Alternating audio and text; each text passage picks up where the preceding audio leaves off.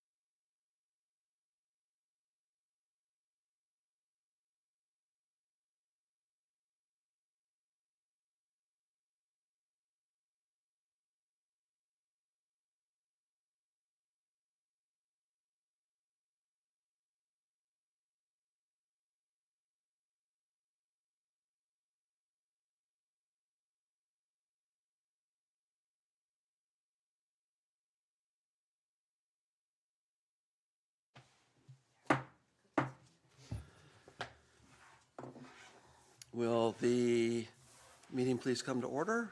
This is the regular meeting of the City of San Clemente Planning Commission. It is Wednesday, December 17th, 2025, 6 p.m. We're convened in City Hall. Thank you. We have two commissioners that are absent. Commissioner McCann, I think, is late, so I expect him soon. With that, and Patrick is absent. He's out of town. I'm going to then lead us in the pledge. If you could all join me for the pledge, please. Ready to begin?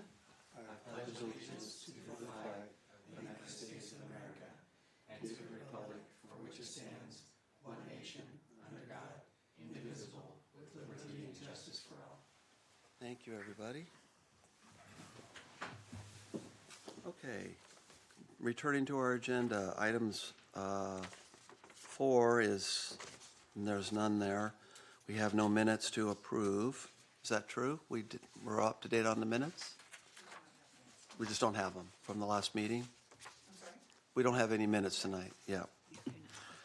So that takes us to item 6, which is oral or communications from any member of the audience that wants to address the commission on a non-agenda item. Any takers for that? No. Okay. Consent calendar items are considered to be routine, and we don't have any of those tonight. So that takes us to item 8, which is public hearing. And we have 8A, which is a public hearing for permit 25-527. It's amending a 2016 permit, permit CHP 16376, the Miramar Events Center, where we're talking today about the patio wall and a fountain at 1700 North El Camino Real. I will open the public hearing. Before proceeding any further, just any disclosures from any member of the commission. Okay, did you have one? I went down there to You take pictures today. Me too. I did the same thing. Okay. So what we'll do is we will take the staff report. Jonathan, that's going to be you, I take it. Yes. And then we're going to hear from the applicant. We have the applicant here? The applicant is available but doesn't intend to make a presentation this evening. Does not. Okay. And then we'll hear from members of the public, and then we will have our discussion. Okay. And I do have 2 speaker cards from the audience, so we'll call you right after Jonathan's presentation, assuming the applicant doesn't have any comments they want to make. Okay, with that, Jonathan. Okay, thank you, Chair and members of the Commission. You're familiar with this property, the Miramar, and we're looking at modifications requested within the courtyard area on the south portion of the property. This is a slide, again, just reminding us of the historic setting on the left and the recent setting prior to the beginning of construction on the right. I'm going to skip through the prior approvals, but linger on the approved elevations. This is the 2017 approved context. And at our prior public hearing, there was discussion of other elements, and the commission declined to approve an extension of the courtyard wall out towards El Camino Real. And so the existing state of the approvals is what is seen on the left, which includes a stucco wall along Boca de la Playa, with a portion of that being a low stucco wall with wrought iron above that returns to meet the corner of the covered ticket booth area. I'm going to pause because I believe this, Tamara, is not the current version. So if I could just take a moment to get the correct version up. Give me just one moment.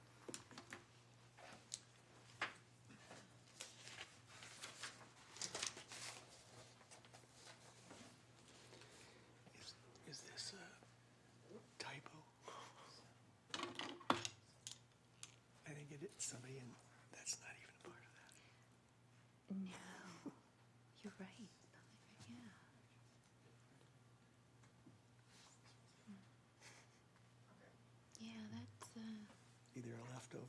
Must have just snuck in. Or we're expanding it.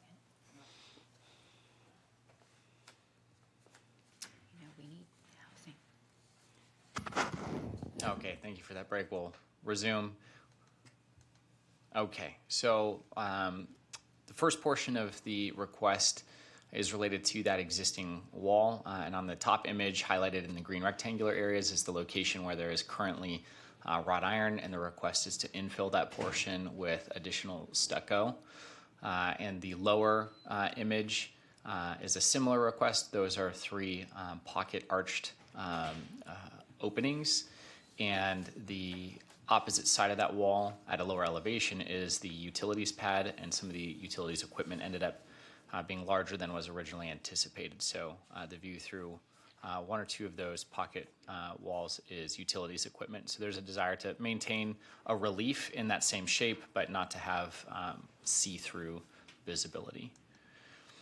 And then I have this image here as well. This is the perspective as you exit the ticket booth space into that patio, and relays what the applicant's concern is with this space, that in two ways. One, just the proximity to the intersection and noise, and that a full wall would address or help to address that noise concern, as well as the visual kind of first impression as you exit the building into this space is the used car lot across the street.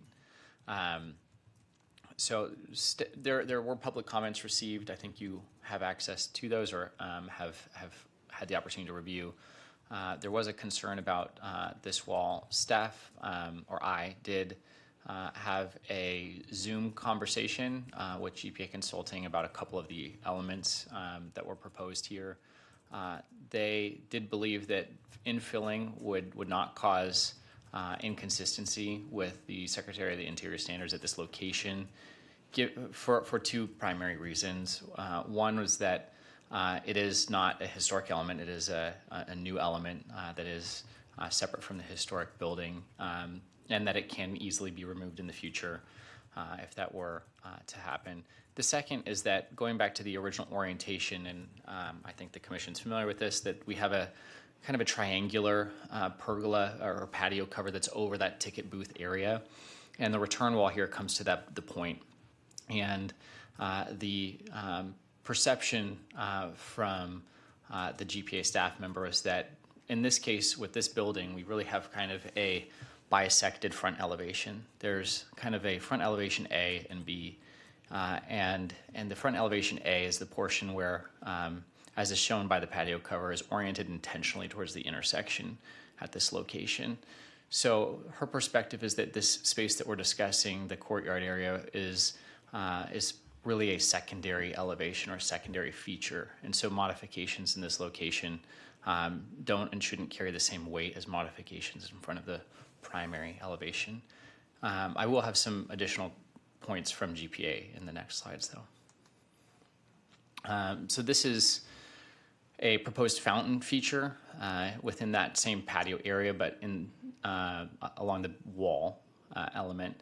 So what's proposed is a freestanding with self-circulating water, so not to be directly hooked up to utilities, and placed adjacent to that wall. You can see there's existing wainscoting, that line that kind of goes through the middle of where the fountain is, which does result in a separation between the back of the fountain and the wall, and the applicant is interested in infilling that space so that there's not a visual gap or room for debris, et cetera, to get behind that space. And then they're also proposing a arched element that would pop off of that elevation. So with this 2D elevation, you see three arches, and they all kind of look the same. The one on the right and the one on the left are existing historic elements, and those are insets. What goes around the fountain is the reverse. It would stick off of the wall. But in speaking with the consultant from GPA, they had a couple of concerns with this element, so I am going to recommend a modification when I get to my recommendation slide, but I'll identify what that recommended change is here. One is related to the materials of the fountain, and best practice is that materials reflect the on-site extant materials. That's partially the case here. You see that there's the tiled background of the fountain, no problem with that. But they recommended that the fountain primary material be one that's extant. So that would be either stucco, wood, tile, something that's already found on the site as opposed to stone, since there's no existing stone features at the property. So as an example, the inner basin could still be stone, but the primary material should be one that's extant. So staff's going to alter the recommendation to incorporate that. The other is that with the arched element that surrounds, the recommendation was that given the close proximity and that the dimensions are identical, they recommended that that item either be removed or modified so that it doesn't create a false sense of replication or a false sense of history in comparison to those immediately adjacent features. This one, I would say, of the two was a softer recommendation because you do have the reverse. It's not an inset, it's attached feature, a plant-on feature. However, I think a simple cleanup would be to simply remove that element, which is the arch over the fountain. Moving to the landscape, the proposals here were two items. One is that the existing site context has tree wells, but not raised planter beds. So I just identified that as one item that is different in the current proposed plans than what was seen in front of us is the approved landscape plan from 2021. And then the second item was a request for podocarpus around the exterior, which staff was not recommending support of, primarily because that's commonly used as a hedge material and could just become a challenge for staff in the future to maintain an approved height of that plant material, but also that what's there was thoughtfully selected amongst the different succulent and drought-tolerant plant species that are there. So the staff recommendation is to determine the project exempt and adopt the resolution, but with two modifications that are noted on this slide, and we can come back to this slide later for clarity, but within the resolution, section 4, bullet 3, I'm recommending the modification to strike some language and then underlined as new language. So what that would do is to remove the reference to the new faux arch and also to specify that the courtyard fountain shall be new, date stamped with the date of installation, and shall primarily use extant materials, tile, brick, stucco, as an example. And then the fourth bullet was a clarification. There are 3 existing trees in the tree wells in that patio, so clarifying the number there in bullet 4. So those are the 2 modifications I recommend within the resolution, and that concludes staff's presentation. Thank you for that. Any questions for Jonathan? Brett, any questions from you?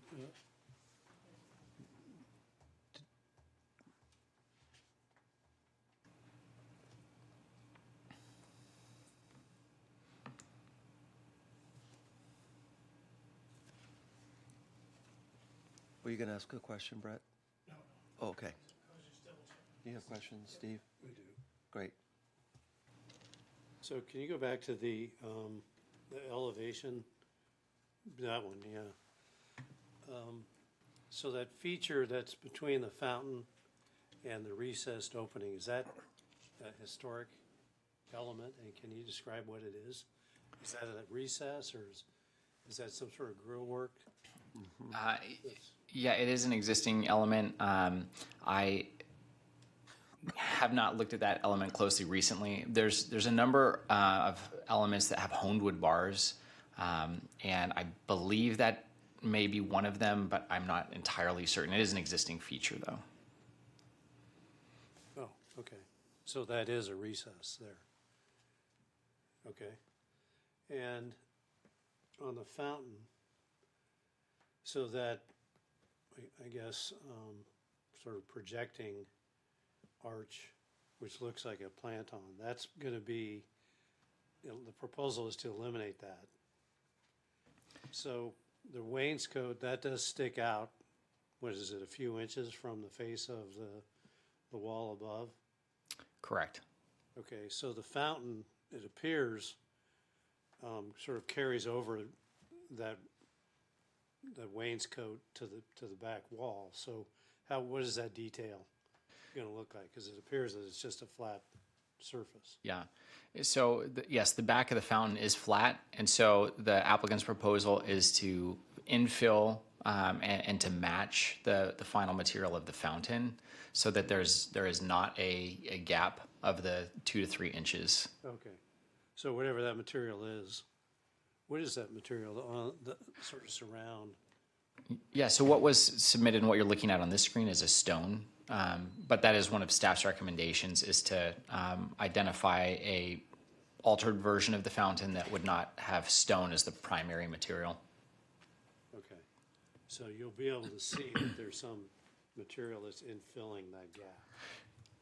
Yeah, the applicant's thought is that it would match the material of the fountain, so that it would.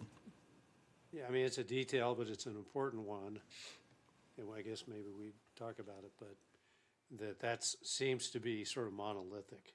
So it doesn't look like it's just sort of filled in, but that when they actually carve that stone for the fountain, that there's just a return there on the edge, because you'll be able to see that edge of the fountain. And it's a pretty important feature. I like the fountain. So that's a suggestion. Yeah, that's not really a question. Okay, and then you said that there's going to be tree wells instead of raised planters. So does that mean, if you go back to the landscape plan, is that those corner features that you're talking about? Because some of this is outside. Well, yeah, Correct. some of it's outside the wall. So where are you talking about removing the raised planters? Yeah, I'm going to point to the screen behind me because my laser pointer doesn't show up on the screen. 1, 2, 3. Okay. So what's going to go in there? If those are, because before, well, I don't know, tell me, I guess my question is, what was planned to be planted in those raised planters? Because it looks like more than just a tree well. Yeah, so the top planter was a fan aloe. That raised planter is proposed to simply be removed and not have landscaping and be just a portion of tile for patio. The lower 3 were planted, and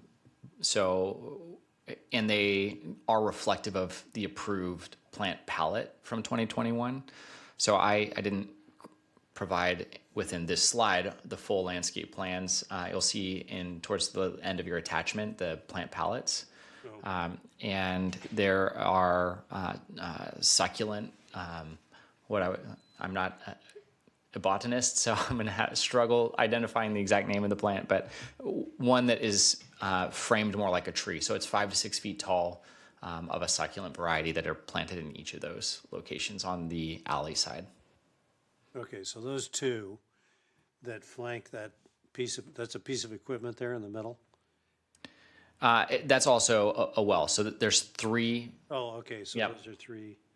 And you said that those are going to stay, but they're Correct. just going to be flush Correct. at grade. Yes. And then the one on the top corner there, that's going away. That's the proposal. Correct. Okay. And what is the height of that wall from the inside? It's right at about 6 feet. 6 feet. Okay. So the idea is that at 6 feet, you wouldn't have any view out if that was a solid wall. Correct. Okay. But the gate, there's a gate shown here. That gate is going to remain. Yes. What's the material going to be? Is that going to be wrought iron? Let's see if I. The one adjacent to the planter that's going away. So you can see in the top, it's an opening currently. Right. I believe that the material that was proposed for that is wood. So there hasn't been a revision to change that material, but I believe it's a wood So gate. it's a solid gate. Yes. Okay. And if you remain on that image there, there's some recesses, it looks like for lighting. Is that what that is on the wall? Those little punches? Yes. Okay. And those are downlights or they're recessed, but, I'm not certain if they're downlights. okay. And there's also some sort of an element. I guess that's also a light fixture It, on the right side of the gate if you're on the inside. it is correct. And one other element of their plans that you'll see in the attachment is a matching light fixture in the location where the wrought iron is to the right. So they were looking to have a secondary light fixture in that area. Okay. And then if you look at the lower image, there's a light fixture, it looks like, that's mounted on that pilaster. Yes, Okay, is that the only one or are there other ones? that's the only one mounted in that way in that location, yeah. Interesting. Okay, and for what we're looking at tonight, I assume we can make suggestions that not necessarily, it's not like approve or not approve. We can suggest options. Yeah, the applicant is present, so if there's suggestions beyond like the specific scope here, they could certainly take those into consideration. Okay, Yeah. that's all I have. Thank you. Questions of staff, Karen, questions?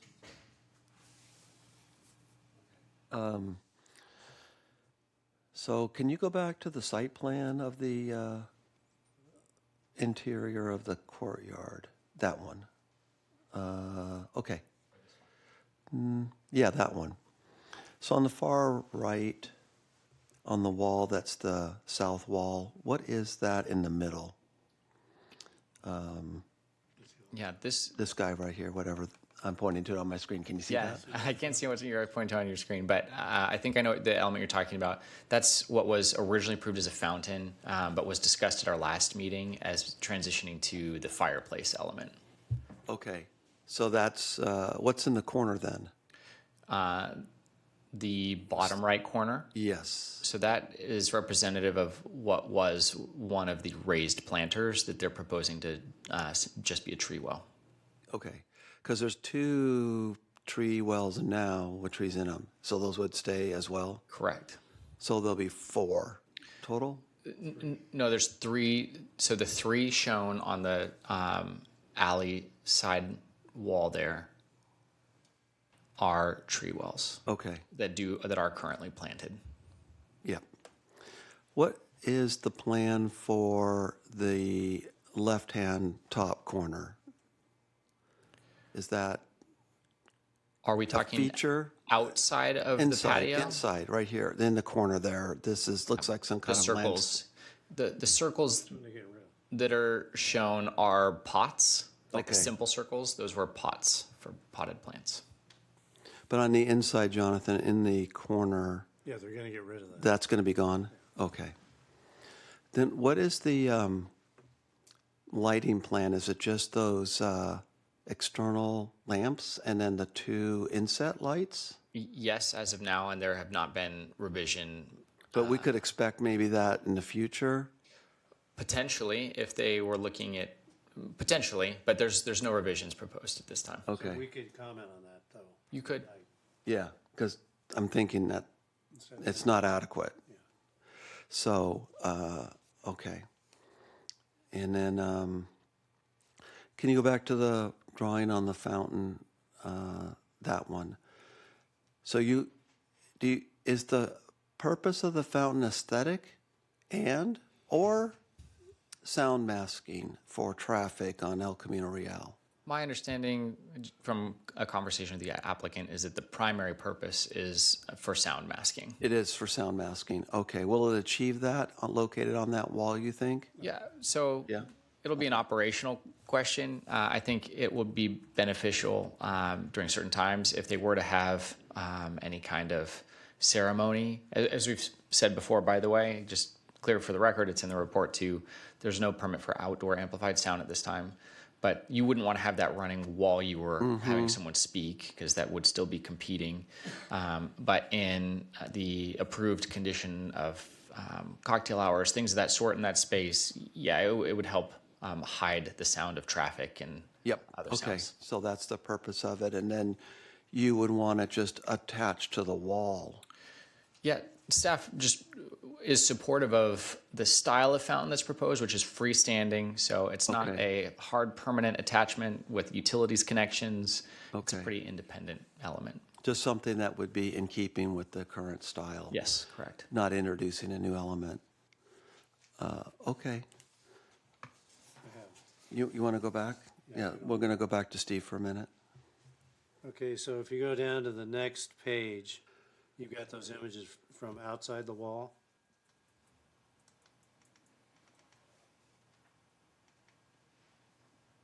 Next. Oh, I don't think it's in the report. figure 3, existing perimeter landscaping. Do you have that image? I don't have it in the presentation. I am familiar with the image though. So yeah, figure 3 for, Okay, so I'll just ask you a question about it. There's a raised, it seems like, actually, why don't you go to the landscape plan if you don't mind? I will need to transition over to the staff report on the screen share. You can go back to the one you've been looking at. Okay. That's fine.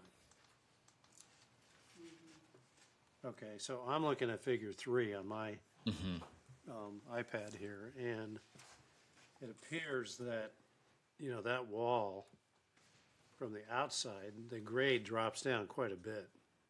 So that's, how tall is that wall in total from the outside? Yeah, yeah. So at that corner, like from where you're standing at the intersection there up to the top of the wall is going to be closer to 10 feet. 10 feet, okay. And the landscape that's shown on this figure 3, is that the sort of final landscape that's going in there?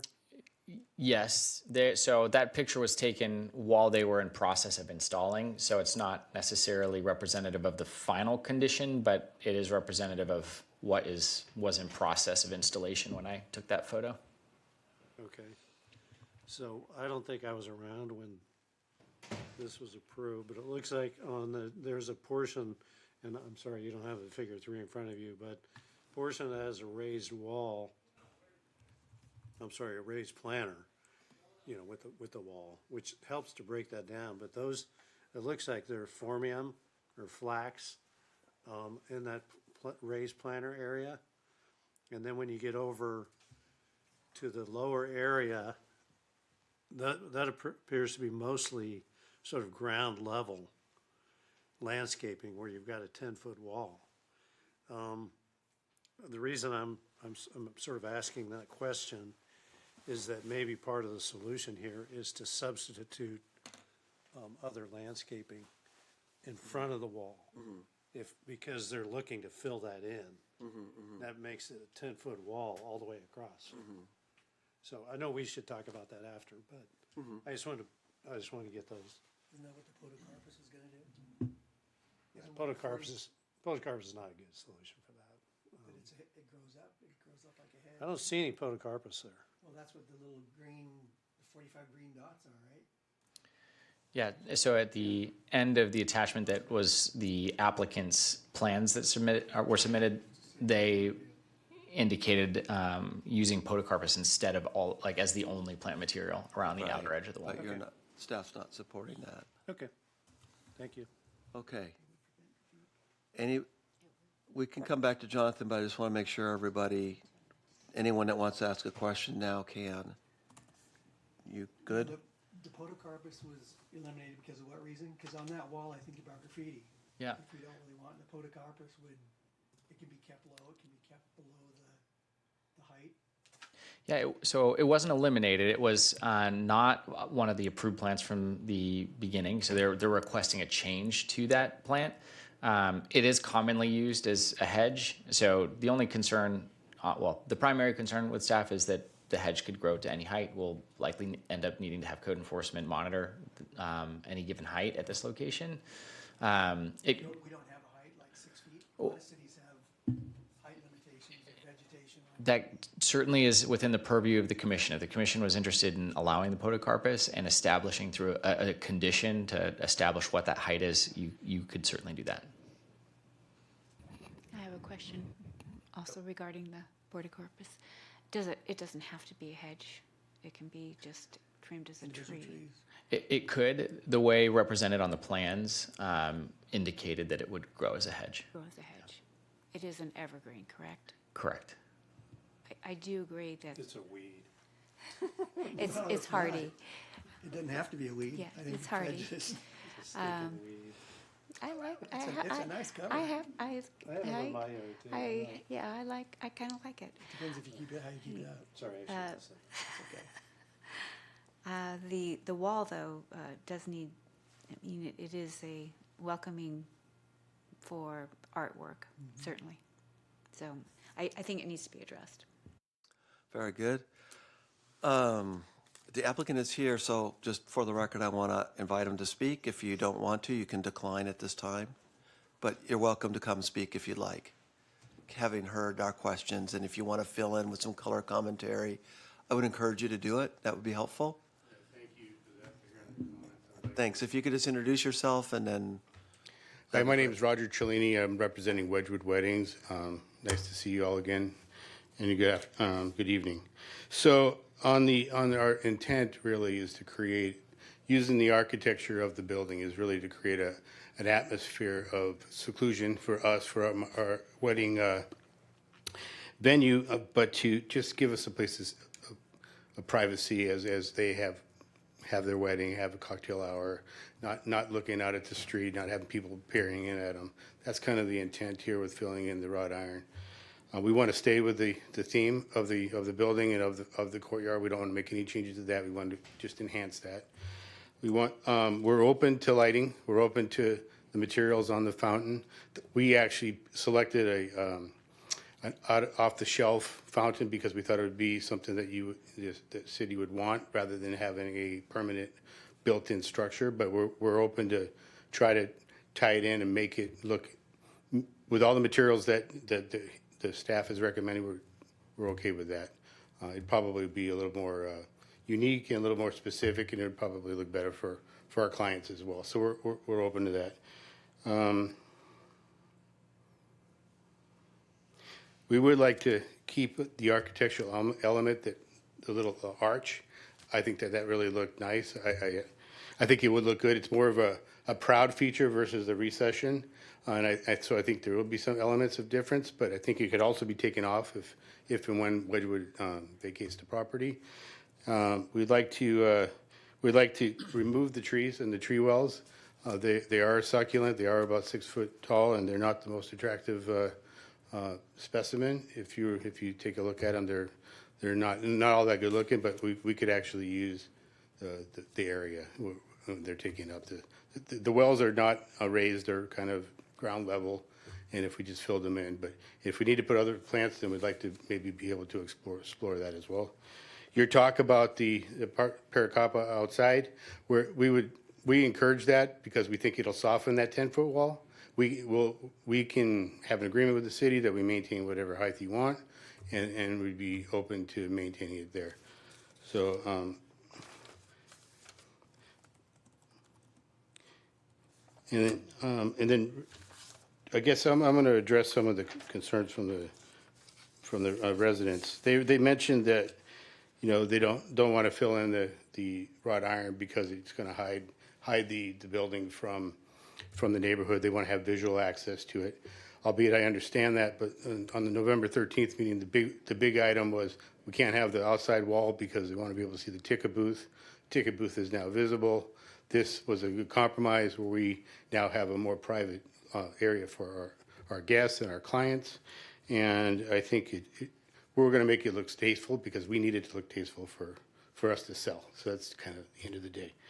So I don't know if I have anything else. If you have any questions for me, I'm willing to answer them, but that's kind of what I have for you.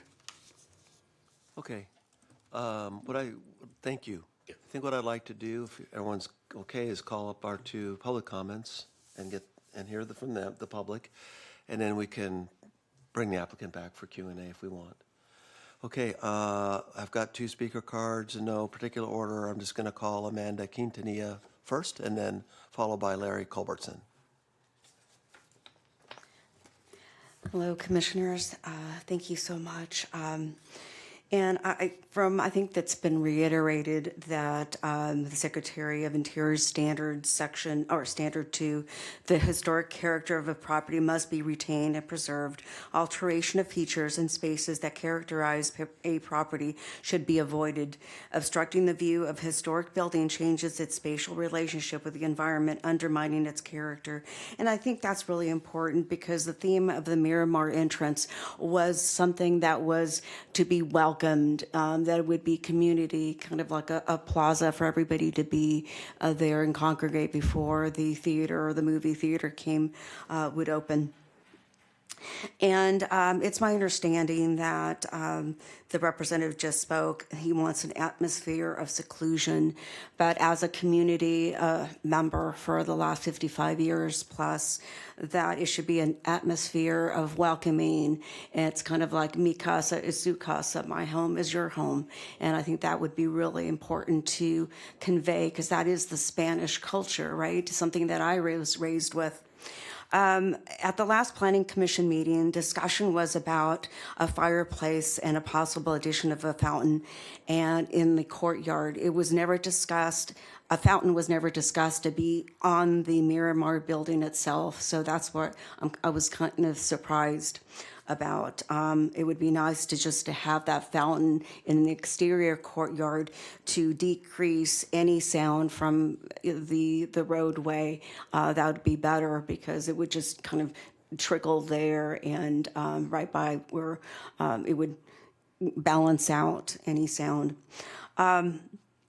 However, I am glad that you are removing the raised interior planters in the courtyard. However, I'm wondering if they can remove the raised planter beds in the courtyard that's outside, and then in the entrance patio, which is there's one raised bed, which is right next to the only ADA access point, which is only 48 feet, which is 4 feet.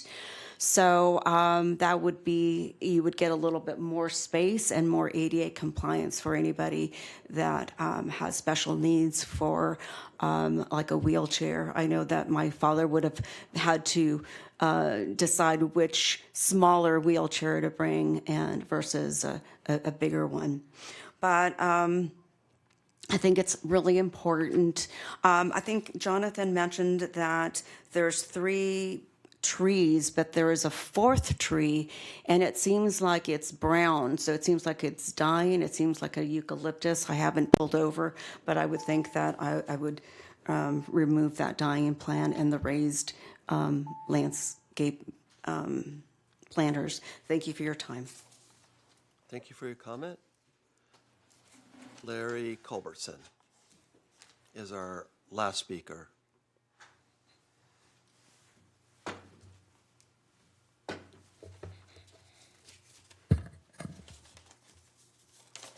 Good evening, Commissioners. Larry Culbertson.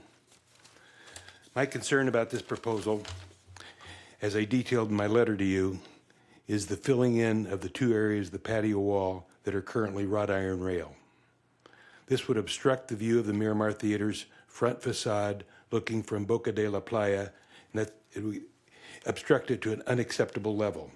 The planning staff, who spent hundreds of hours working out the approved plan for the Miramar in 2017, were concerned about that specific detail. They recommended not having solid stucco wall along Boca de la Playa. They wanted only wrought iron rail to, quote, to allow views into the site, unquote. Unfortunately, their recommendation was not followed. Only the top half of 2 of the small sections were required to be wrought iron, but the purpose of these 2 sections was, quote, to allow views into the site, unquote. That has not changed, and it should not. Please also consider the appearance from El Camino Real of a solid stucco wall. When the applicant's request for the wall along El Camino Real went to Design Review Subcommittee last July, one of the commissioners suggested that it needed some softening. He referred to the solid stucco wall as giving the property a prison-like look. Removing the wrought iron from this fence would create the same look. A long stucco wall needs to be softened by some openings. The staff report claims that enclosing the two small openings would reduce noise and hide ocean auto sales. However, these reasons are weak. There's no evidence of significant roadway noise from El Camino Real or proof that the change would improve sound attenuation. Wedgwood Weddings has long known about the site limitations and previously proposed a deck over the other patio down by the food court without any concern about the sound issues. As for hiding ocean auto sales, a few potted plants would suffice, or maybe leave that planter that was positioned right there in front of them. Plants would do all the hiding you need. And raising property values may soon lead to redevelopment of that area, possibly with a hotel, maybe with a roof deck looking down into the garden. Things could change there. Staff report asserts that the historic resource would not be impacted because the exterior courtyard wall is a recently constructed non-historic feature that could be removed. Does that make sense? Because it can be removed, it would have no effect? What about 50 years before it's removed? I realize that the tenant wants privacy, but we, the public, have a right to the view of this important historic resource without prison-like walls enclosing any part of it. Thank you. Thank you for your comment, and to both of you for coming out tonight. That concludes our public comments unless anyone else wants to speak on this. Seeing none. Does anyone want to hear from the applicant again to ask questions?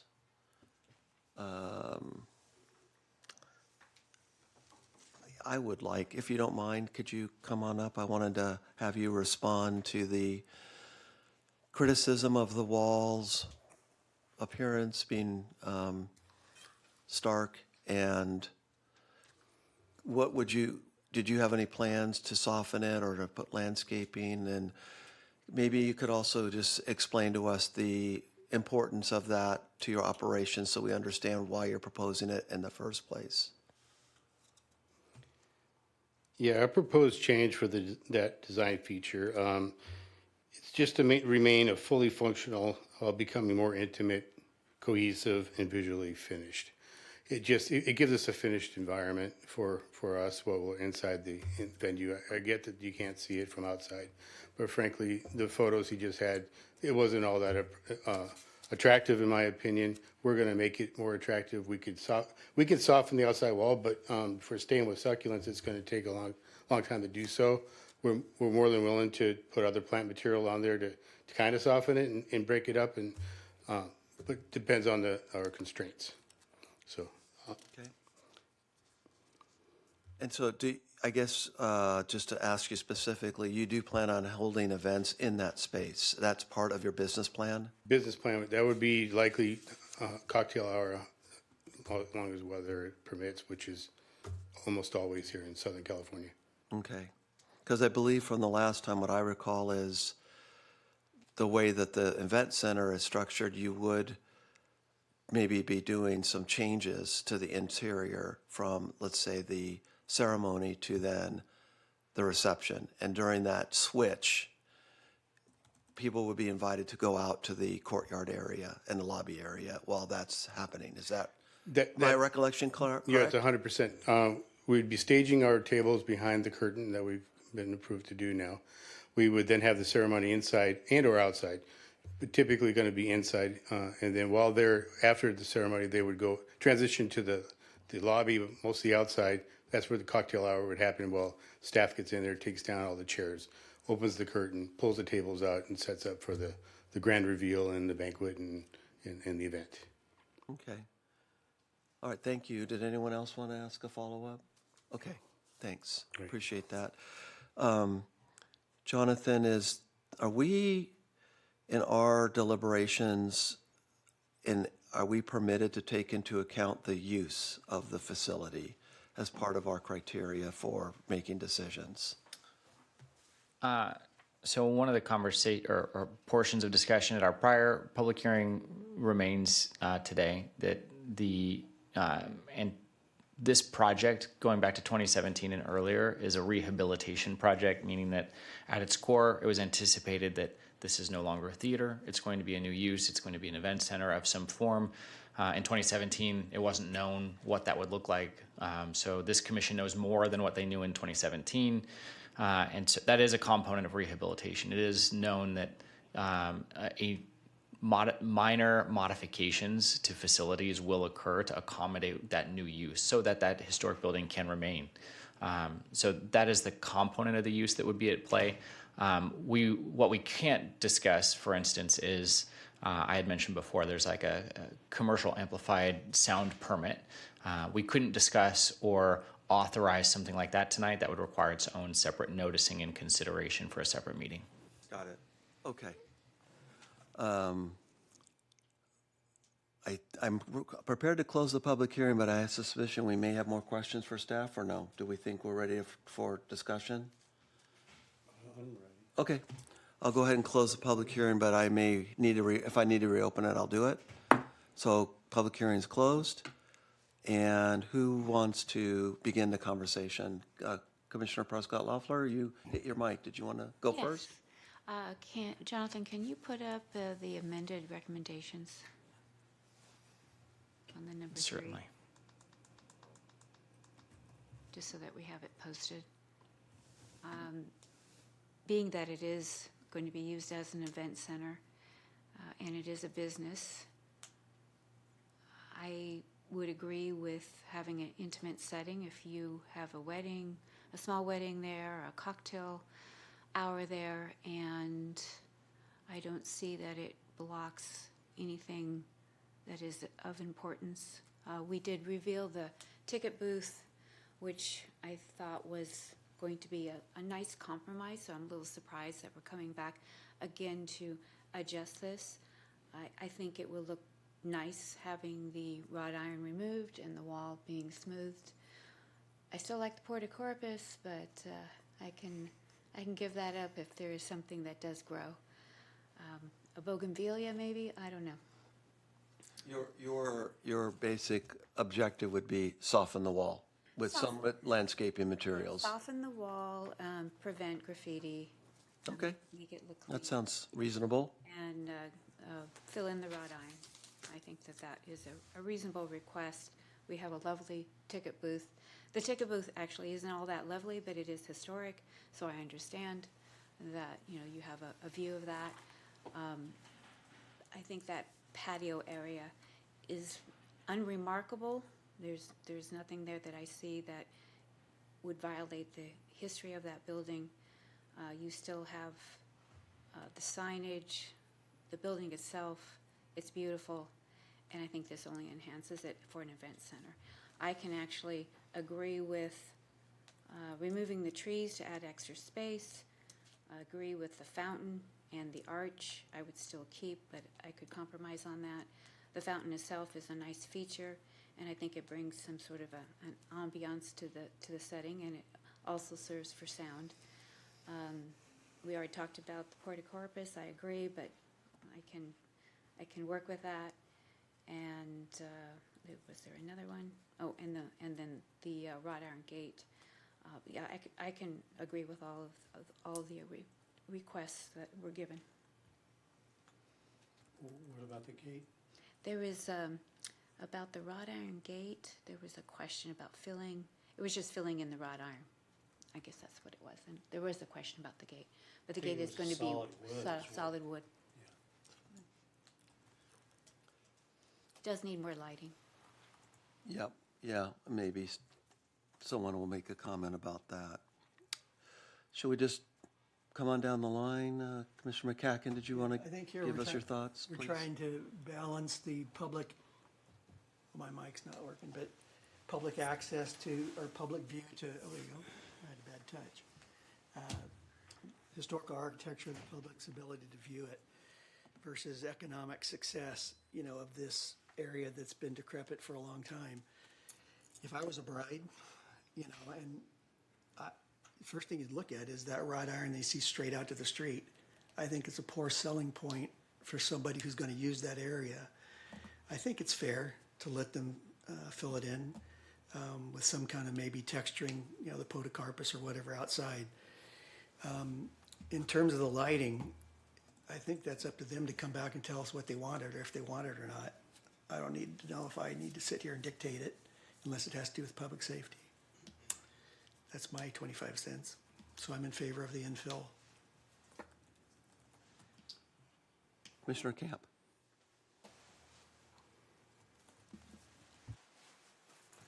Okay, I can see the benefit of the fountain. But if, Jonathan, can you go back to the image?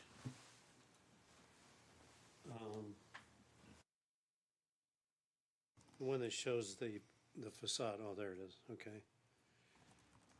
There's a lot going on that wall. You have this grill and the recess. You have those two openings.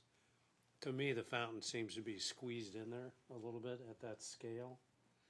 And I'm wondering if there previously was a proposal to put the fountain on the inside of that site wall. So it still would accomplish the same thing in terms of the sound masking. But I think it would clean up that composition quite a bit if maybe there was some composition that just had the potted plants, the trees. To me, it's just too crowded, and it does take away from, that's the historic part of the building. So I guess, we could maybe ask the applicant if that would be acceptable. But to me, if you look at that other image from the inside, and if we see that, I guess it's figure 1. Can you bring that one up? Let's see. Yeah, so if you can see if that was filled in, which I agree with, it's gonna be pretty, and there's not gonna be a raised planter or a tree well in that corner. It's gonna be pretty stark. It would be nice, I think, to have a fountain on that edge. It wouldn't take up any more real estate, which I know they're concerned about losing real estate inside there, but you would still have that sort of sound masking feature. So that's something I would recommend. I like having the fountain. I think we should keep it, but maybe move it over to that location. Hi, glad to meet you. I think we're going to do great work together. Glad to hear it. We're gonna work together here. That's a good sign. Let's see. The light, looking at this, I like the idea of having those light fixtures on the pilasters, but to me it looks odd to just have one. I wouldn't necessarily want to dictate how they, look at their photometrics in that space, but I think it's a nice feature that could be added to other pilasters. I'm not going to say which ones, but just to sort of balance the composition of that space. As far as if you go back to the exterior view, Jonathan, I would say, looking from the intersection towards the building, it is, I don't know that I have anything other than that. keep going, one more, I think. That may have been from a different, that's the conclusion of the photos I think have. the one that you showed, which is Tamara, the existing building, it's you pull up the the other way it photos? is now, a photo from the intersection.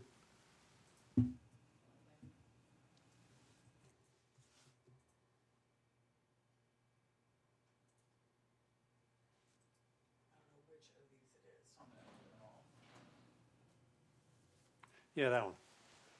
So as I look at this, the marquee, which is the thing that we wanted to have exposed, even if that's filled in, I think it's, you still have a good view. And I understand there's some grade differences outside the building. But I think if we could add, I think Bougainvillea is a great idea for the corner and fill that wall in. To me, that amount of wrought iron that's been left in this approval. Looks odd, just having wrought iron right there on the corner. So not just from a functional standpoint, but I think from an aesthetic standpoint, the wall to me would be preferable. And, you know, all you're gonna see in a lot of cases, and when it's not occupied, obviously you're gonna see that whole corner of the building and the wall. I think with landscaping, especially if we had a beautiful, you know, sort of a San Diego red flowers with bougainvillea, which would do really well there. I think that would be a much nicer facade than having that open wrought iron where you're just sort of looking at the base of the patio. So I think for aesthetic and for functional reasons, we should approve infilling of that wall. To me, the thing that's lacking here is the landscape. If that's, and it seems like the applicant's open to getting something, you know, the nice thing about bougainvillea, I'm not saying that's the only choice, but that people, you know, if you're thinking or you're tempted to graffiti, it's not easy to walk in that bougainvillea because it sticks you, you know. And if it starts to grow up, it's gonna keep people from putting graffiti on that wall anyway. So I think really the key to this thing is the landscape at the base of that wall. Because 10 feet, I think, is the high point just to the right of that raised planter. So that raised planter serves, I think, a good purpose, which is to give a layered effect on that corner. And I think it's fine that it dies into that one pilaster. And then I could just see if you had, you know, bougainvillea or some sort of a vine even that starts to bubble up in front of that wall, I think it would look great. I think it'd be a big improvement. So, you know, generally, the lighting on the inside, you're gonna want more lighting anyway. You know, I don't know if you guys have studied the photometrics on that, but I think those sort of lantern features on the top of the pilaster, if you saw a couple more of those as you wrapped around the corner, that would also be a nice addition. I think that's all I have for now. All right, Commissioner Freeman, your thoughts, please? So I'm on board with everybody else as far as softening the wall. The bougainvillea, I think, is a wonderful idea. It gives it color and contrast. Filling in the wall, again, it creates that intimacy that you're looking for. Getting rid of the tree wells, I mean, I don't know if anybody else has been to weddings, but the last thing you want is a well with people having cocktails and creating situations. But I know it's in the plans, but, or the amended plans. The old raised beds would be more of a sitting area, but I think in that space, as Mr. Salini had mentioned, they need more space. And to accomplish that, you want less interference, less things in there. So with that, I'm in favor of getting rid of the tree wells if that's something you guys are wanting to do. And I think we're getting close. That's where I'm at. All right, let me just make sure we're really on the same page. So I'm looking at the resolution that we're going to be voting on. If anyone wants to follow along, it's almost the end of it. It's section 4. There's 4 points on here. I'm just going to go through them one at a time. And just make sure we're all on the same page. And that is, 1, to convert the arched wall openings near the alley portion of the patio into recesses. Is that, we all in agreement with that? Eliminating it? Convert, Wait, what page are you on? I'm on the resolution. I don't know what page it is on. Oh, page 4 of the resolution, section 4. Jonathan, am I on the right track here Yes. to go through these 4 points? Yes. Because I think this is the direction staff's wanting from us tonight. So I want to make sure we're over the target. So number 1, so maybe, do we need to see a picture of this, the convert arch wall openings near the alley? So in other words, it's the 3 holes, and so we're all good with that, right? Okay. So number 2 is convert the portion of the patio along Boca de la Playa that is part stucco wall and part wrought iron to full stucco wall. So that's probably the most contentious part. How do we, and we're all on board with that? Okay, and I'd like to just speak to that because it is the one area we had, I think, some opposition to from the two speakers tonight. That I hear you, I understand that. I think that in the context of the fact that the applicant started with a position of wanting to put a wall around the entire property, and now we're just talking about the courtyard only, I think that that seems like a compromise to me, that the majority is open, and that this would give them the ability to fulfill their business plan of having events in that patio area and make it as attractive as possible. And I think that some of my colleagues have said that enclosing that still relieves the majority of the face of the building open, including the box office, and that this closing this off doesn't really seal off the building. So I think that makes sense to support that. Number 3, replace freestanding potted plants with the new courtyard fountain. We're all in agreement with that? And then they want to add those faux arches. So we're okay with that on the wall where the fountain would be? I don't agree that it should go there. Okay. You heard Mike. Yeah, why don't you make a proposal that what you think? Well, I think if you look at that image of the inside of that courtyard, those walls, especially if we remove that tree well in the corner, that's gonna be pretty stark space. I think a fountain on that wall, on that side, I don't know if we wanna ask the applicant if he's open to it. Do you have to get a water line out there or something? Is that the concern? Well, the other one wasn't wired in, so they'd have to manually fill it. The other thing, it's probably closer if somebody has an outside wedding. That noise now, instead of being in the back of the wedding, is gonna be right, Right, where not too the far noise from is. where, well, right from where the wedding, because the wedding would take place looking out towards that side street. So if you put your waterfall over here, the noise is even closer to the ceremony. Yeah, it's too close to the ceremony. Yeah, Can you So- go, I'm sorry, did I'm I, letting it kind of keep it wherever they want to put it. that street shot where you pulled up, Tamara, you pulled it up, there was a street shot. and Yes. It was, yeah, from the intersection looking into the courtyard.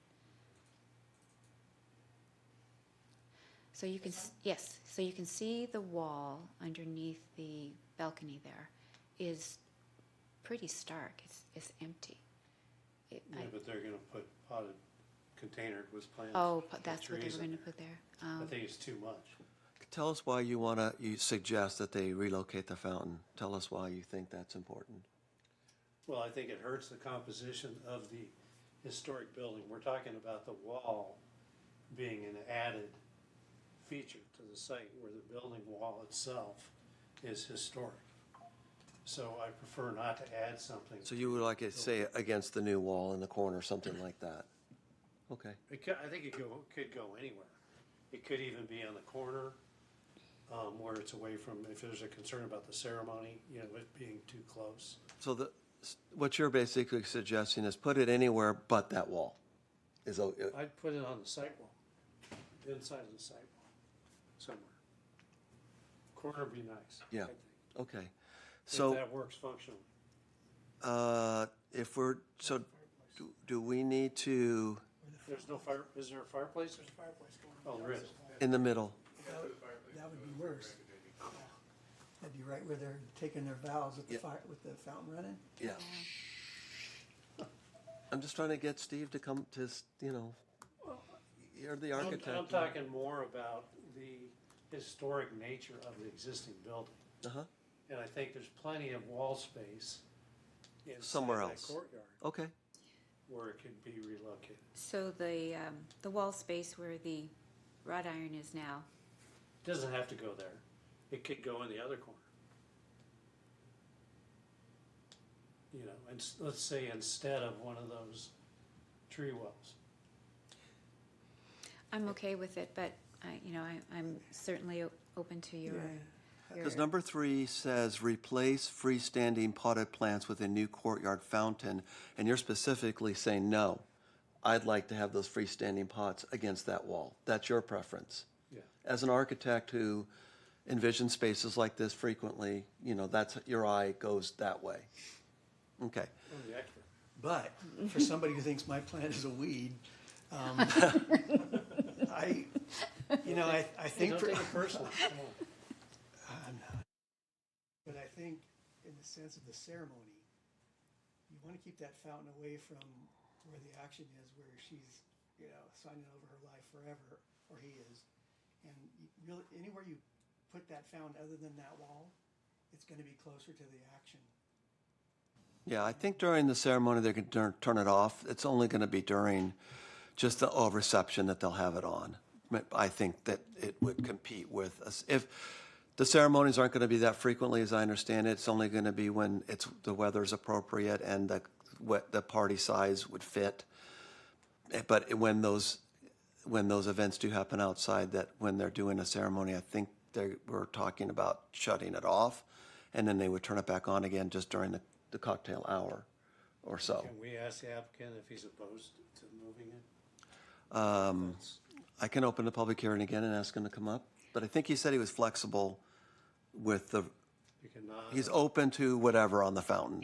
And the fountain is somewhat temporary anyway. It's not. Yeah, it's not going to be really- permanent. It's not permanent, so it could move. All I want to do is just get us to this recommendation here. So this is actually very prescriptive, saying replace. So we just need to reword this. Do you want to think about how you would want to reword this, Commissioner Camp? Number 3, maybe just say, maybe something to give that more flexibility instead of directing them to replace the freestanding potted plants with a new courtyard fountain, to say something or just, Well, I would say placement of a add- courtyard fountain. Yeah, add the proposed fountain on the inside face of the site wall that encloses that courtyard, as Yeah. opposed to the base of the building. If we just maybe replace freestanding potted plants, then that might do it. And then they can place it wherever they think they want to place it. Would they be able to place With it the there? exception of on the building I see, wall. as a person who goes to weddings, I think it's a nice feature. And I have no problem with it, so I'm going to disagree with my architect friend over here. Okay. Oh, so you have a problem I have, with I the have, fountain? Or I have with no the- problem where the fountain is proposed. On to that be. back wall. On that That's what back she's wall. saying. I don't either. Yeah, I think Has it's nothing to a, do with the plant. Yeah. Weed. Steve, I think what I'm hearing from the consensus is people want to just leave it as is. So if you can, It's not a deal killer for me. That's okay, let's move on. that's what I wanted to know. We'll leave number 3 alone. Let's move on. Modify the courtyard landscape features to remove the 3 interior planter beds, but leaving the 2 trees intact with tree wells. Yes? Or were saying no wells? Get rid of the wells completely, if that's what he wants, Okay. just for liability. Just so someone doesn't step back into it? Yeah, when you're wearing heels. Okay, so everybody in agreement with, I don't agree. Yeah, Chair, I'll have to add into that. please? In the far corner is the device. So projects of this scale are required to go through a water quality management plan review. Yes. So there's a capture device in the corner. So certainly all of them cannot be removed because of compliance with our water quality management plan. So I'm happy to take direction that you're open to those being removed, but I don't know for certain which of those elements. I know that the device in the corner cannot be, so one of them must remain. Okay. I don't know whether the other 2 wells in any way interact with that water quality management plan. I'd have to confirm with our engineering division before we make that change. So that'll include a device and landscape, tree plantings. Correct, and that's the corner closest to the alley in Boca de la Playa, so the far left of the image that we're looking at right now, but on the inside of the wall, that corner well is where there is a treatment device. Can you show that on the plan? Yeah, I can, let me, Tim, And maybe if we you can tell us why you're recommending that those 3 interior planter beds be removed. Yeah, so what we're looking at now, and if you just make that full screen, this is obviously not the water quality management plan, but where her arrow is pointing, that bottom right corner is commonly treatment devices are within landscape areas, and that's where this one is placed. So the water capture and treatment device is in that planter bed area. It doesn't have to be a planter bed, and in fact, it probably would operate better without the raised planter bed component there. But there is a device in that location, so there would at least need to remain that item in the corner there. The other ones, I'm not sure if there's any interaction with the treatment device. I would have to confirm that. Well, I think in response to your comment is they're all the way against the wall. So if there's something out in the open area, I think that'd be a concern for somebody to trip or whatever. But since they're already up against the wall, I think it helps to soften that space. I mean, I would certainly want that if I was the developer of this courtyard. Because then you end up with just wall. So why are we recommending, Jonathan, to remove the interior planters? The recommendation was to allow for removal of the raised planters. Oh, you just want them at level. I'm honestly indifferent. I'm acknowledging that the built condition does not include the raised planter beds that were approved. That is the current approved condition. Okay, got So it. for them to proceed with the as-built condition, that needs to be on Added. the record. It needs to be added. The allowance to strike the raised planter beds from what is the current approved condition.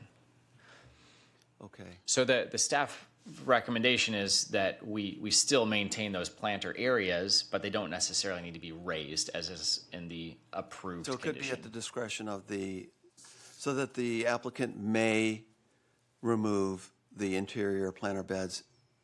We don't need to say that they have to. They may choose to make it a seat wall. They may Sure. choose to do it. Yeah. So we'll just modify that, something, number 4, modify courtyard, or maybe just add, applicant may modify courtyard features too. That means they're not obligated to do it, it's their discretion. Is that acceptable to you, sir? Yes. Okay. So it could be like a tree grate, flush tree grate. Yeah. Yeah.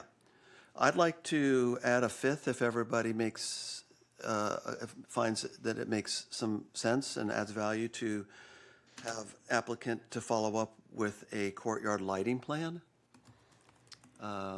Just to get the ball rolling on that.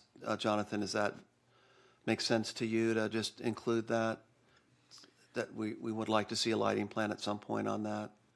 Is that something that you anticipate I coming think to you- the commission? No, just to staff. And so I can say applicant follow up with staff on a courtyard lighting plan that you can use your discretion to work out with them. Are there any We other? say with the possible recommendation of adding the pilaster lanterns. I think they heard that. I think they can just choose. I don't think we need to be that prescriptive. And of course, if it gets, Coming back with,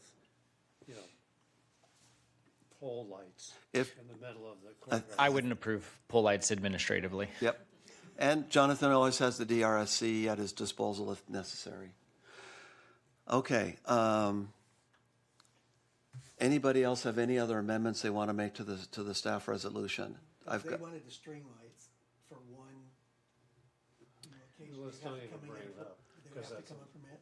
Yeah, they would.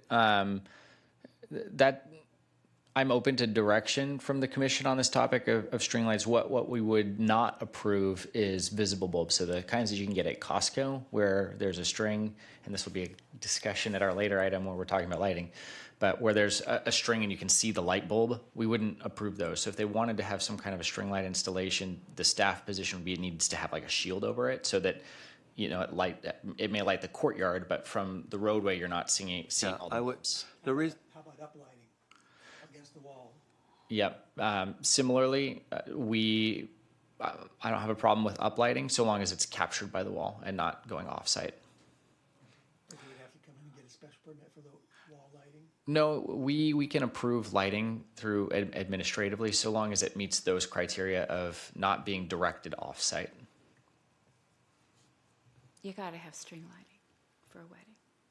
Just We gotta give them some leeway on how Yeah, if she wants it different to try to appease the bride. Yeah, that's why I brought this up, because Yeah, to I avoid love this, the last minute type of, oh my gosh, it is pretty dark in here, and then all of a sudden, string lighting actually, is a concern.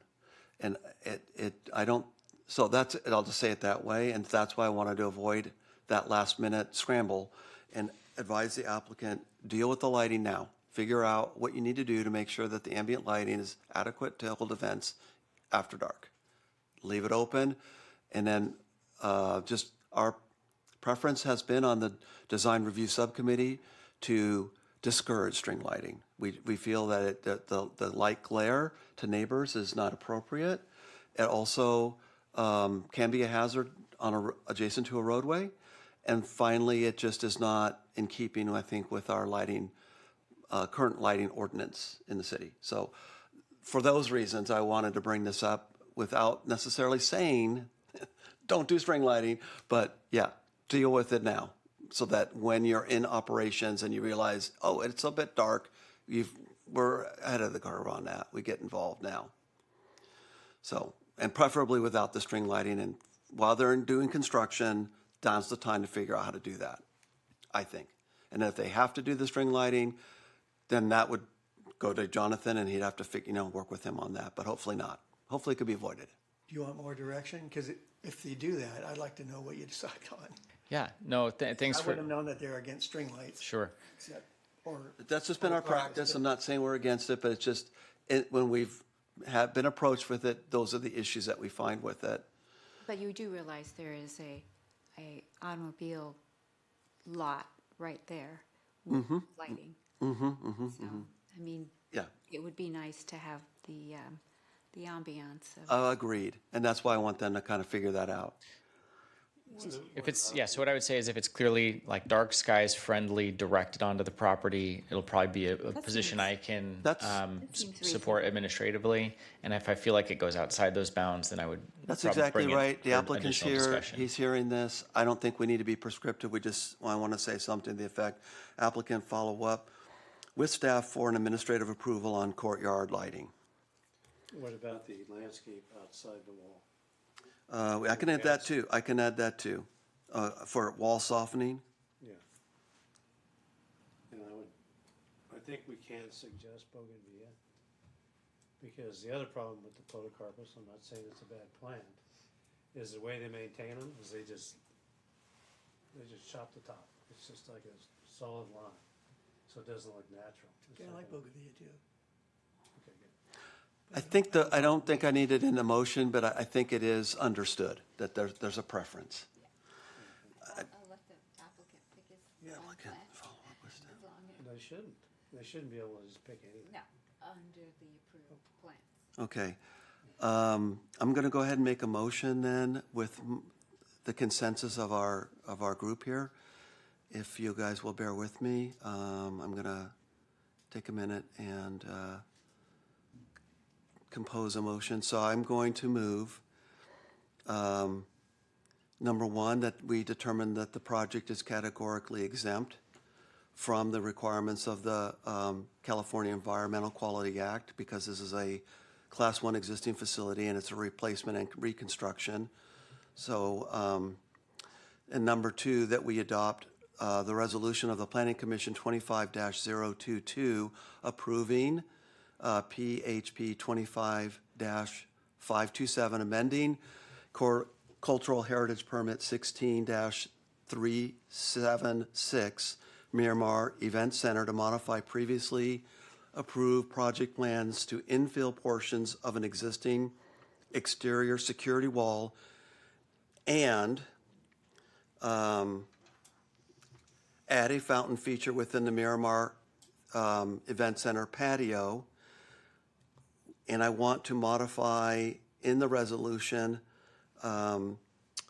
number 4, under section 4, modify number 4 with the addition at the very beginning of that sentence, applicant may, comma, and then it would read as it exists, modify courtyard landscape features, so on. And then add a number 5, applicant follow up with staff for administrative approval of courtyard lighting plan and a exterior wall landscape plan.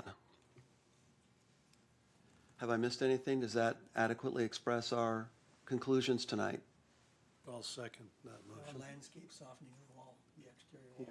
Already mentioned that. Yep, that's what I said. Okay. Yep. Any discussion on the motion or comments? I just want to just say for the record that this is an important project. This is an important location. There's a lot of memories at this location, and the Miramar represents not just our history, but those memories. And now, with this rehabilitation, I believe this event center will give the next generation the opportunity to make their own memories in San Clemente. So with that, I'm going to say, all those in favor of the motion? Aye. Aye. Opposed? It passes unanimous. Sir, did we have a second? Sorry. Mr. Camp. Mr. Camp, thank you, sir. All right. Thank you, everybody, for that.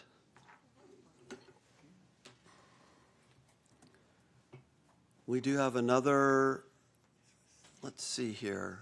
I want to make sure our agenda is, let me just, not sure.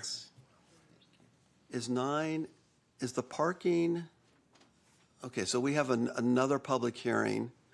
So we're going to move on to our next agenda item, which is item 8A. And this is a public hearing on a zoning amendment 25-547, zoning permit streamlining and cleanup amendments.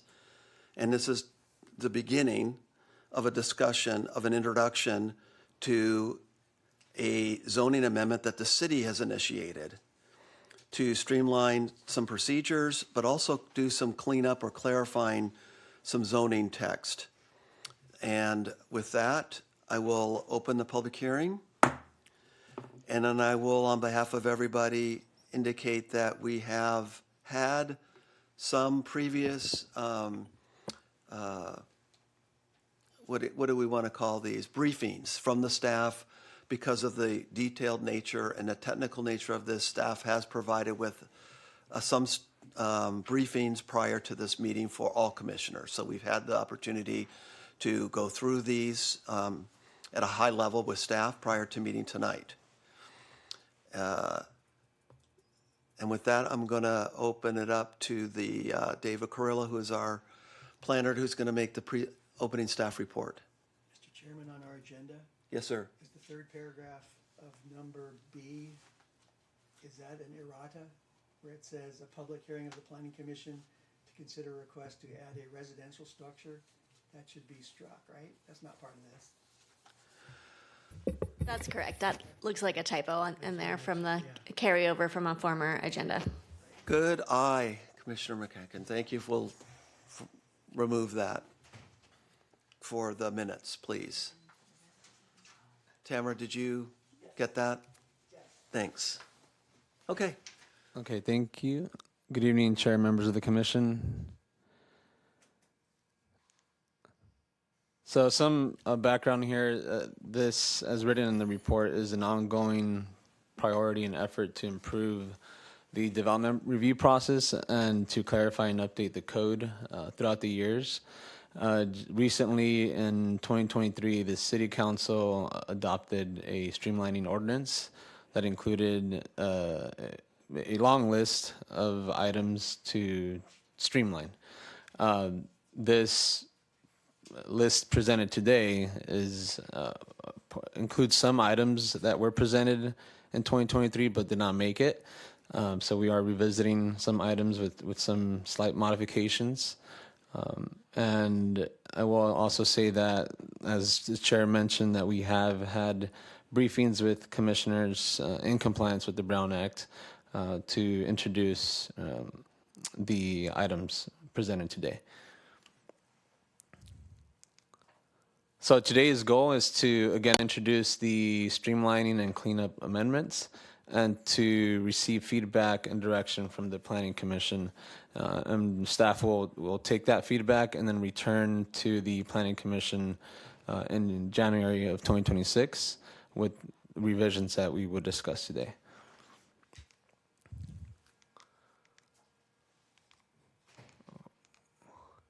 So I've broken up the amendments into two categories. We have 5 streamlining amendments. These are listed here on the screen.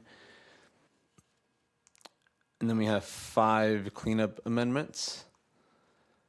And so what I'm going to do now is just briefly go over each one, and then at the end, staff is open to however the commission wants to run it. We can go over each attachment in the report and go over the changes, or maybe the commission can identify which ones warrant discussion. The staff is open to however you want to run it. So the first item is related to a reworking of the zoning administrative review process. The amendment that the city council gave direction on and had staff initiate was to expand on the administrative development permit eligibility list to include the 3 types of projects that are listed here. The first one being new single-family residence or duplex across the street from historic resources. The second one being 3 or 4 new units at least 120 feet or 2 parcels away from historic resources, and then 3 additions of less than 500 square feet on properties abutting historic resources, if the addition is mostly screened from the public right-of-way adjoining historic resources.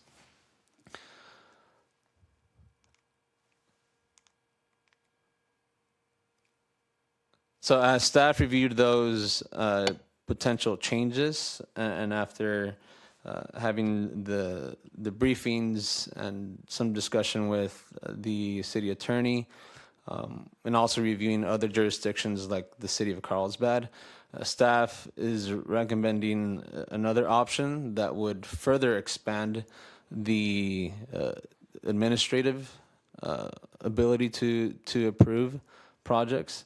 And that recommendation is to allow the city planner to approve projects that are currently subject to zoning administrator. That includes more than 50, a little over 50 types of projects. So it'd be roughly about 47 more than what the city council initially directed staff to include. And so with this approach, the staff would be required to send a notice of a future decision to property owners within 300 feet of the subject property. And then the property owners receiving that notice would have 10 days to request an administrative hearing.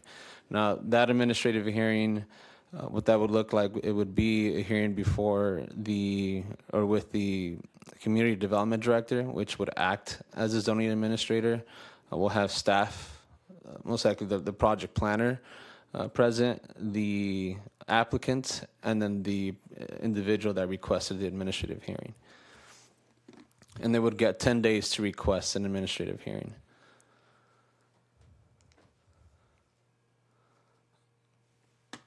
The other item is an effort to restore the appeals process. This would remove the ability for planning commission to call up zoning administrative decisions, and we'd go back to city council being the only one that can call up zoning administrative decisions. And I'll add here that without this change, this can extend the review process if the planning commission calls up a decision, or if planning commission meetings are canceled, preventing the opportunity to review recent actions.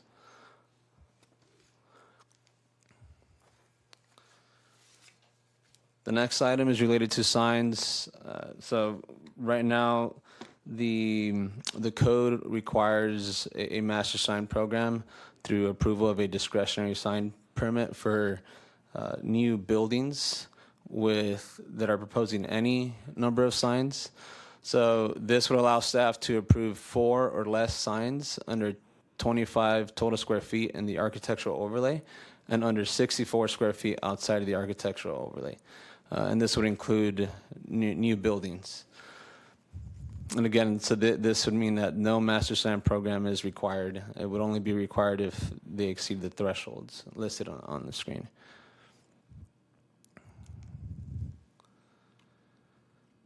The next one is landscape exceptions. This changes to allow the zoning administrator to approve a minor exception permit to grant landscape exceptions for mixed use and commercial uses in the mixed use zone on properties that are less than 12,000 square feet in size. Right now, a conditional use permit is currently required. So this change would also align the requirement from a residential side where minor exception permit is required for landscape exceptions.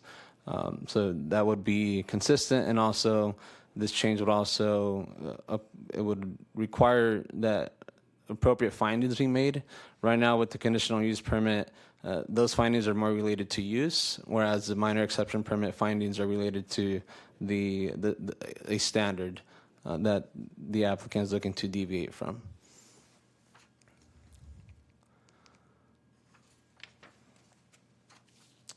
The next one is related to condominium conversions. Currently, we have a requirement that the Planning Commission certify the vacancy rate every year. Right now, if the vacancy rate is found to be less than 10%, then the limit of condominium conversions is 25 units, plus 50% of the average multifamily rental units constructed within the prior 2 years. So in reviewing the vacancy rate and then proposed conversions within the last years, staff has not seen that we've gotten close to the 25 conversion limit when the vacancy rate is less than 10%. So what staff is recommending here is that the city remove the requirement to certify the vacancy rate and add a limit of 25 unit conversions per calendar year.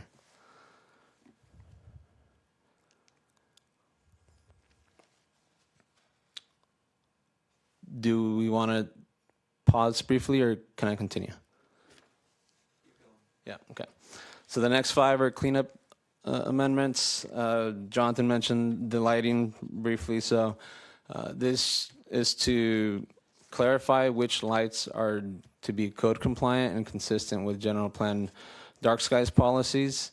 Recently, within the last 2 years, there was a number of code complaints that the city received from non-compliant lighting within a certain residential community.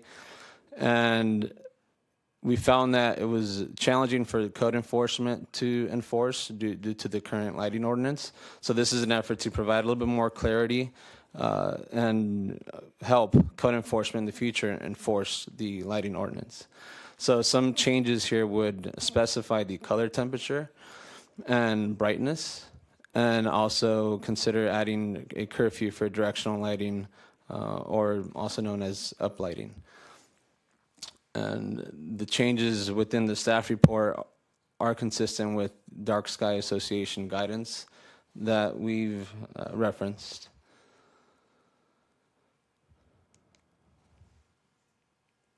And we can go back to this chart during discussion if needed. This is a chart that shows the watt conversion to lumens. I know here that during the briefings there were some questions related to the watts and how that relates to brightness. So we can see that for an LED light, you can have a low wattage, right, of 27 and still have high lumens if you look at the the bottom row. So it doesn't always mean that if you have less watts, you'll have less brightness or lumens. So we can look at this chart again. And related to encroachment permits, staff is recommending that we add a finding for encroachment permits, a finding that would require that the decision maker, when a encroachment permit is subject to a discretionary review, that a finding be made that the structure or project within the public right-of-way will not be detrimental to the public health, safety, and welfare. consistent with the conditional use permit finding.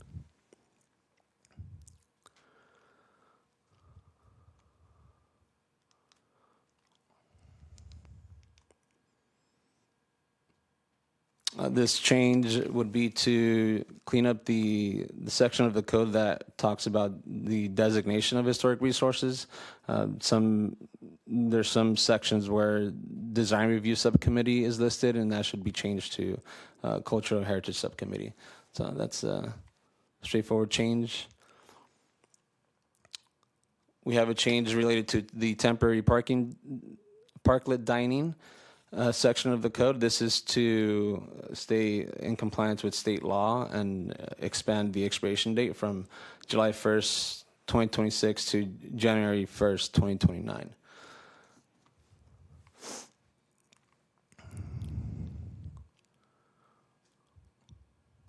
Did you want to add something there, Jonathan, related to that, or can we maybe wait for discussion? We can wait. Okay.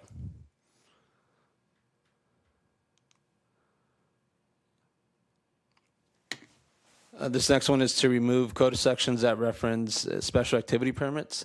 So we no longer, from the most recent streamlining ordinance that was adopted, we got rid of special activity permits. We still allow special activities, but now those are reviewed under a temporary use permit. So this is just simply to clean up the code and make that clear. So staff recommends that the Planning Commission provide direction to staff on the draft zoning amendments and continue this item to the Planning Commission hearing of January 21st, 2026.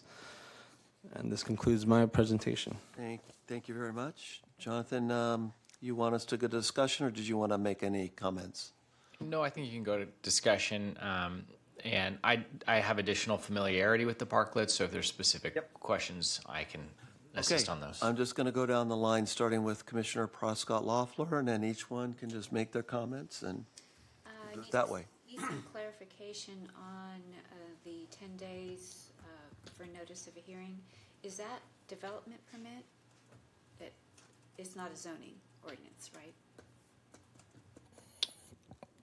I'm sorry, what was the question? The 10 days notice for the public to be noticed about a project. What type of permit was that again? That'll be, for some, it could be, it actually would vary depending on the type of project, but it could be, for example, a minor exception permit or a development permit that currently is subject to zoning administrator. Can I try and answer the question? What I think the staff is doing, and you check me on this, there's currently a scheduled zoning administrator meeting on the calendar, and he has a regular agenda and meetings, and it's a public meeting. My understanding is they want to do away with that and only have it by exception. So in other words, the staff would send out a notice to people affected by the project with a 300-foot radius and say, this project is going to be administratively approved by the city unless you indicate you'd like a hearing. Except it's mandatory 20 days if it has to do with zoning. That's a state law. I don't know that the ZA is going to make a zoning. The ZA, that's not in that scope of work. That it was not going to. That's a zoning change is council, and then we would be involved in those. The zoning ordinance would. No, but the zoning, yes, So that was my concern, if what that permit was. right. It would be a level 3 permit in the approval flow, and it's primarily things like a minor conditional use permit or a minor exception permit, things of that nature. But is that correct? You're trying to do That is away correct. with the standing zoning administrator meetings. Correct. And I'll have comments about that, but by exception only. Correct. That's my question for now. I have Okay. other questions, but I want to hear from everyone else. Okay. Gary? Most of my concerns from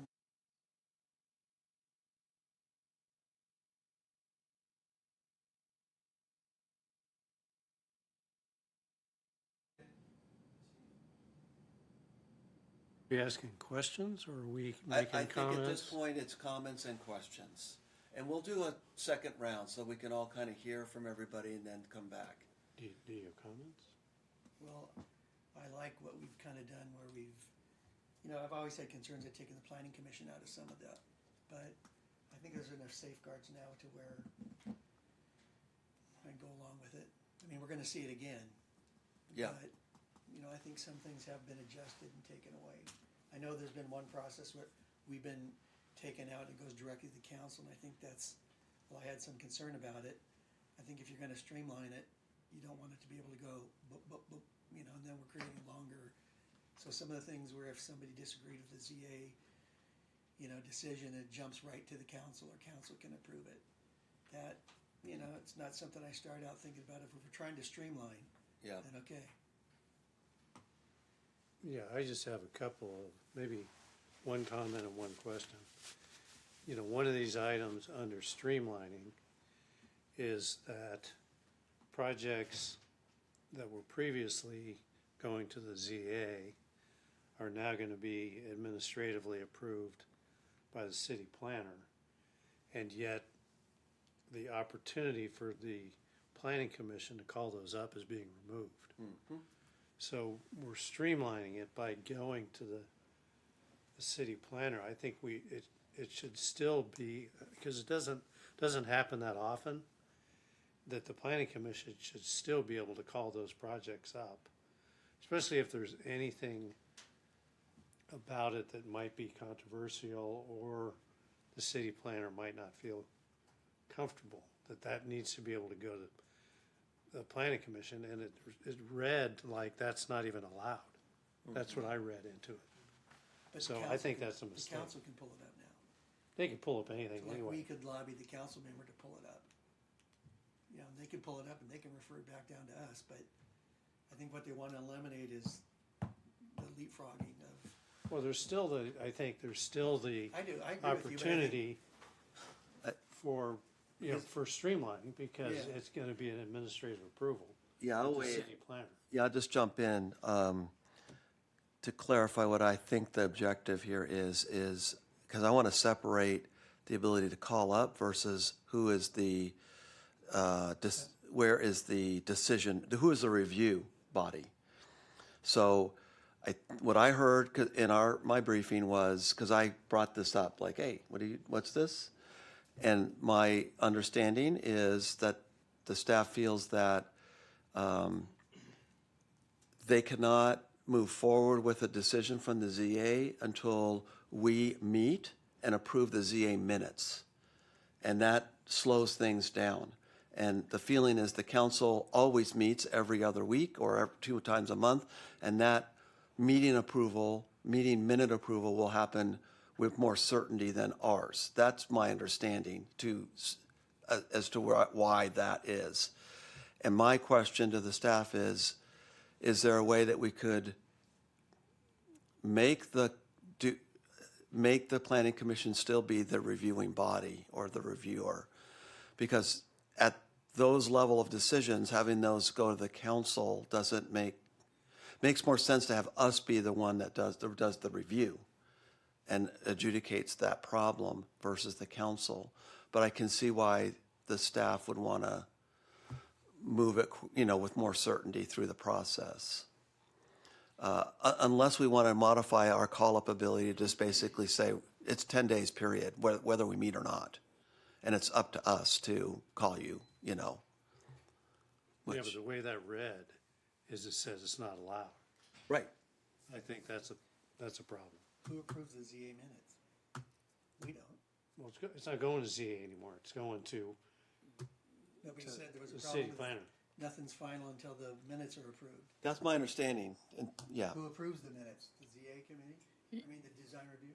Yeah, so the ZA zoning administrator is that role function is filled by the community development director.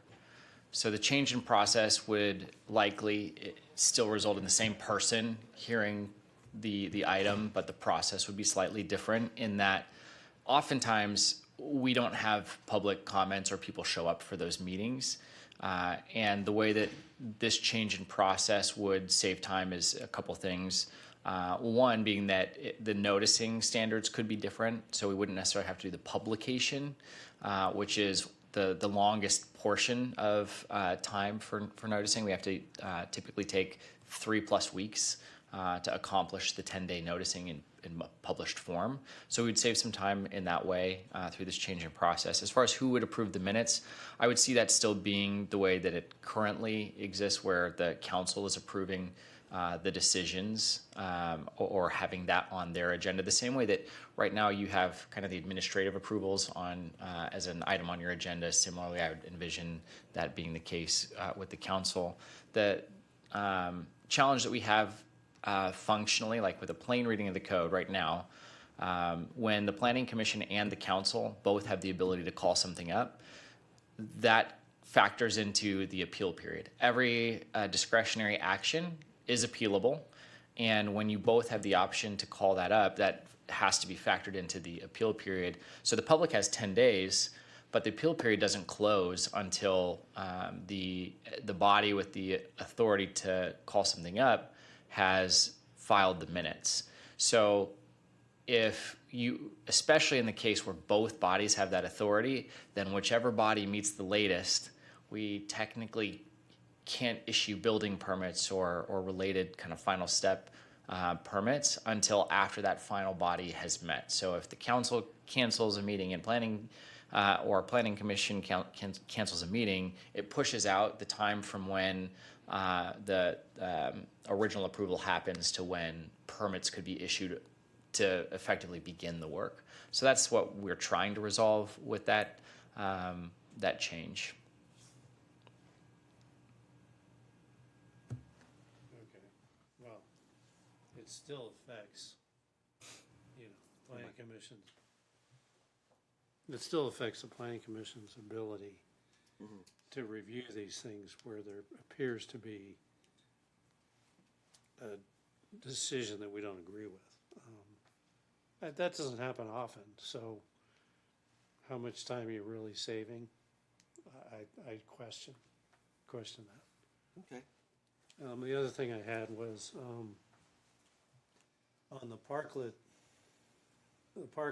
that was just a cleanup item, right? That's just to move it to 29. That doesn't affect the guidelines for establishing these parklets. Correct. So the cleanup item would be simply to reflect that a state law was passed that extended that deadline. So the cleanup in our code would simply be to change the date references. Staff will have an additional recommendation to council related to the agreement, the license agreement that's used, and when and how we bill for those, because we have had some issues with non-payment or dealing with that billing and how often staff have to be involved in that. So we'll have certain recommendations there, but that's not a codified standard. So we would just update the recommended template for council as an exhibit when that item goes forward. Okay, so the guidelines that we had spent time and come up with, those are still effective. There's not an intent to modify the design standards. Okay, just wanted to confirm that. That's all I have for now. Okay, Commissioner Freeman, your review? So, three things. This maintains public trust, right? Number one. It reduces our costs in some form or fashion, right? And it eliminates some time to do these processes. So I think those are the main factors that we all want to look at, right? Going and looking through what David brought up, I just want to make sure I wasn't missing something, but under the signs part, he had mentioned new signs or for new builds, but that also includes old builds, correct? Correct, yes. Okay. I just want to make sure I wasn't missing something. The dark skies thing, so I looked up the Title 17 for the zoning, 1724-130. That's basically our lighting for the dark skies part. Is that correct? Yes, at the moment. At the moment? Yeah. So what are we looking to change in that form?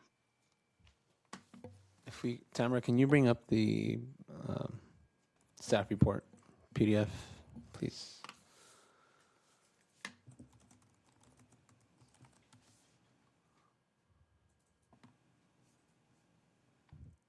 It got me thinking about the fairy lights in the dark skies. Thank you.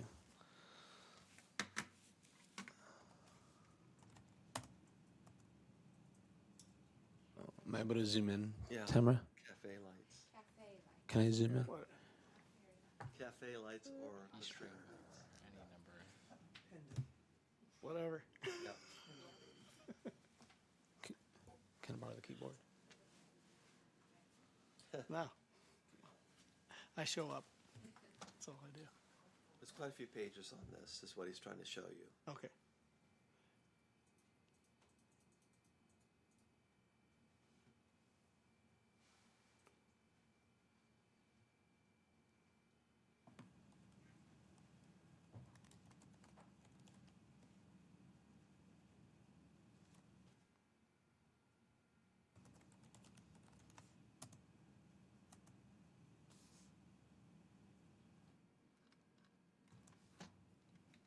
Well, I guess we had a lot of, or some discussion in our group about this.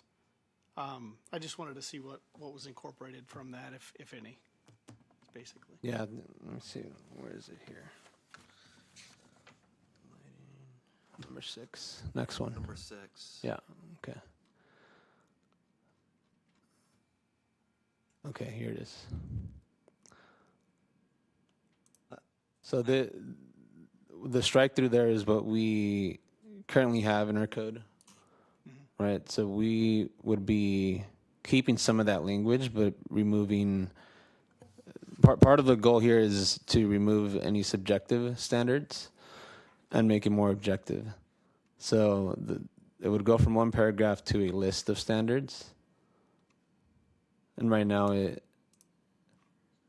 gives a little bit more direction as to how to shield the lighting.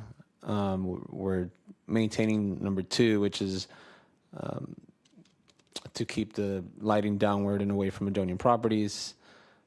We're keeping number 3, which is no lighting shall blink, move, or flash.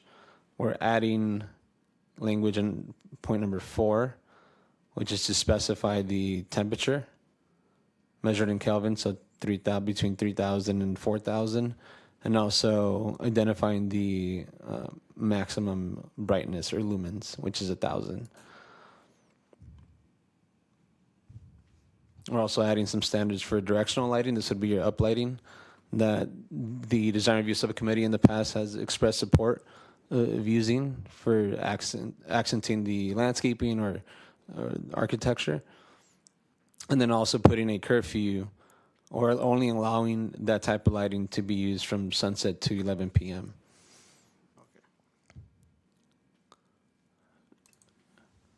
This is a brand new ordinance, right?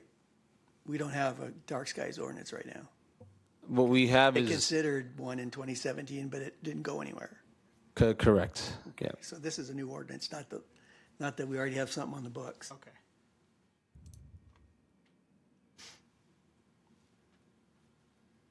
And then we added 6 and 7 related to public facility lighting, just to give some direction or clarification on what that process would be. And then the last one being temporary lighting, which would be allowed through a temporary use permit. Gotcha. So we're leaning into the dark sky thing. You can say we're moving towards it, but it's not a comprehensive one yet. Thanks, David. Yep. Is that it? Okay. So for me, the moving of the zoning administrator to hearings by exception, I understand the motivation for that. And I do think that will be something that's more respectful of staff's time, right? There's a lot of time that goes into prepping for those meetings, and then you don't have them. Or no one comes, so you just move through it quickly. And the concern that I have, though, is just any unintended side effects if people don't find out about it till after it's approved. That's typically, when we've had controversial ZA decisions, that's typically what happens anyways. You know, the public, something's done, the permit gets approved, they make the change, and all of a sudden people look, how'd that happen? And then there's complaints. So after the fact is probably not going to change. my thinking is just to be real thoughtful about how we do the public noticing, and if we're going to do it by mail, you know, that would probably be the best way to do it.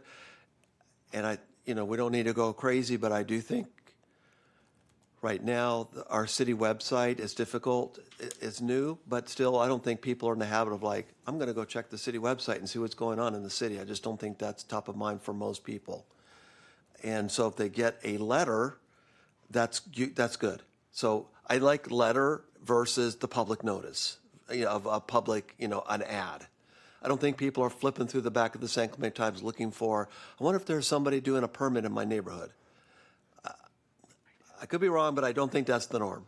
So I think if someone gets a letter, that's the best thing we can do is proactively do that. And for things that the staff decides are maybe, going to be controversial, take good care to maybe involve the DRSC or involve the Planning Commission when necessary. And I think in the ideal world, we would also include a public interest list if we know that that area is subject to previous concerns, that those people are, if they're outside the 300, still get the notice. Because that's a complaint I'll hear at DRSC. We didn't know this, you guys were having this meeting. Well, you weren't in the 300 feet, so you didn't get the letter. But that happens. So that would be my thought there. The appeal process, I understand that. I just would ideally still like for the Planning Commission to be the review body of those appeals if possible. Just because those are very technical, but, and then on the lighting, I'm just a common sense, like if you just go to Lowe's and you look at the lights, do they have the lumens on the box? Do they have the Kelvin rating on the box? Okay, cool. They don't? I don't see how that's common sense. That's going to be very difficult. I understand you're trying to get to an objective, but I just think we need to be practical at the same time. And and I've given you guys some input on that offline, so you know about that. And then as far as the parklet, I know that they're popular, but I also know that there's concerns about the amount of space they're taking up on Del Mar, and sometimes you'll read in social media or you'll read a letter to the San Clemente Times that someone will say, well, how did this particular business qualify for a parklet? I thought it was only restaurants, but this is like a coffee house and they're getting a parklet. Why is that? So before we just automatically move it out 5 years or 4 years, we ought to take it back to the council and say, the state has extended their time, but we are not obligated to honor that. So we want to check in with you and make sure this is still your intent to maintain this, and let the council confirm, yes, we want to keep that policy in place, and give them the opportunity to get public feedback on that. Or Did it say it was a state mandate? Huh? I thought you said it was a state mandate, that it has to be extended. no, it's optional. It is Can. optional. It is, correct. Yeah. So we should just the council should have the opportunity, I think, to reaffirm that that's their policy, now that we're a couple years past when it started, and now we have collected feedback. So, and they can take a look at it. So if I may respond on that point, so everything here will be referred to the council and there'll be public hearings at that time. They So can vote if they want. So I would say though, this is the appropriate time if the planning commission now or the next hearing, because we are obviously recommending that this be continued for a resolution considered in January. But if you do have thoughts or recommendations other than extending, by all means, this is the time to discuss those or provide other direction to staff on that front before we do advance for council to consider that item. I would agree with the chairman. This is, a real important issue downtown due to the parking and businesses on both sides. Some are benefiting, some are not benefiting. I'm not comfortable just moving it forward without highlighting areas of concern. And that's the best way I can tell you about it. And I'd like to comment on your one of your comments. Sure, yeah, great. That's what we're here for. I think a lot more fixtures now, I'm talking about lighting, Yeah. they do provide Kelvin temperature and the lumens. And for us to put it in there, I think at least gets people thinking along those lines. So even if we don't agree that it's enforceable, it's gonna be tough to enforce, at least if people see that that's a requirement, Yeah. then they'll consider it. And they'll look at the fixture that maybe does Yeah. show. So it's at least it's sort of. Moving us in that direction, yeah. Especially if you order them online, the looms are right there, comes up. And even if you go to Lowe's, people still do that, I guess. Yeah, It does have a lot more of that Good. information. good. Yeah. I think in the feedback I provided the staff was educational too, to people like, hey, you should keep things pointed down, that you should have shielding, you should have a top cover. Just points like that I think would be helpful to the average resident to know these things are being asked of them when they're just doing lighting. Is there anything else that we want to, I guess the only thing that I'm feeling like it's a little bit of a loose end is the parklets and how we might fashion a recommendation without it being, cumbersome, and it's hard to know. I just feel like my recommendation would be that the city council hold a hearing specifically on renewing the parklets at some point, specifically. Like, it just shouldn't be automatically. It should be on the council agenda to continue, yes or no. And then that, as a public hearing, and then that way the businesses that are pro and con can come, citizens pro and con can come, and the council can just reaffirm the direction.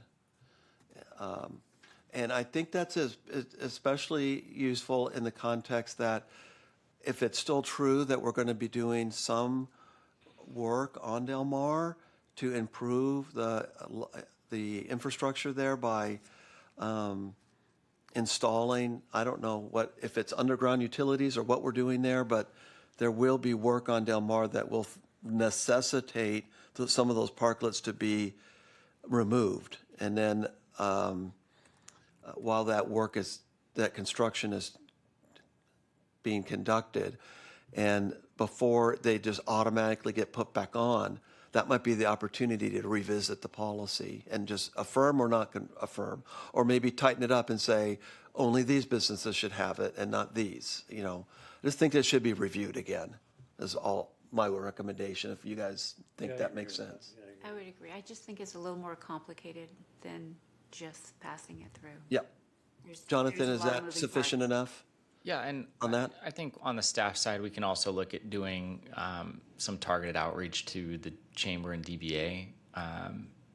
So I That hear would what be you're great. saying, that don't have it buried. Make Yeah. sure that they clearly understand the we have concern topic. about it. I understand. Okay. Yeah, is this still serving the community, and it's not just is it still serving the community's interests? One of those issues has so many positives, and yet it also has so many negatives that you just to say, well, we're just going to pass it through, I think you really have to investigate just a little bit more on it. Okay, David, can you give us your sense of the feedback you heard tonight? Has that been adequate? Is that helpful? Do you have any questions of us before we close this item and move on? Do you have any areas of concern that you want to probe from us? Yeah, your feedback has been helpful. I'll just say if I don't know if there's still interest to keep discussing the first item, the reworking of the zoning administrator review process. If not, I took good notes. Okay. And thank you for your feedback. Okay. All right. I'm going to go ahead and just for time, just move staff recommendations that we continue this item to the Planning Commission hearing of January 21st, 2026. Seconded by Commissioner Freeman. All those in agreement, say aye. Aye. Aye. Opposed? Okay. It's been continued. Thank you, sir. Mr. Freeman. Yep. Okay, we are moving to item 9A. I'm gonna go to the restroom real quick, but go ahead. Okay, do we want to take a 5-minute? Let's take a 5-minute recess. It's now 10 after 8. We'll try and get together at 8:15. Give Zach a minute to get it organized.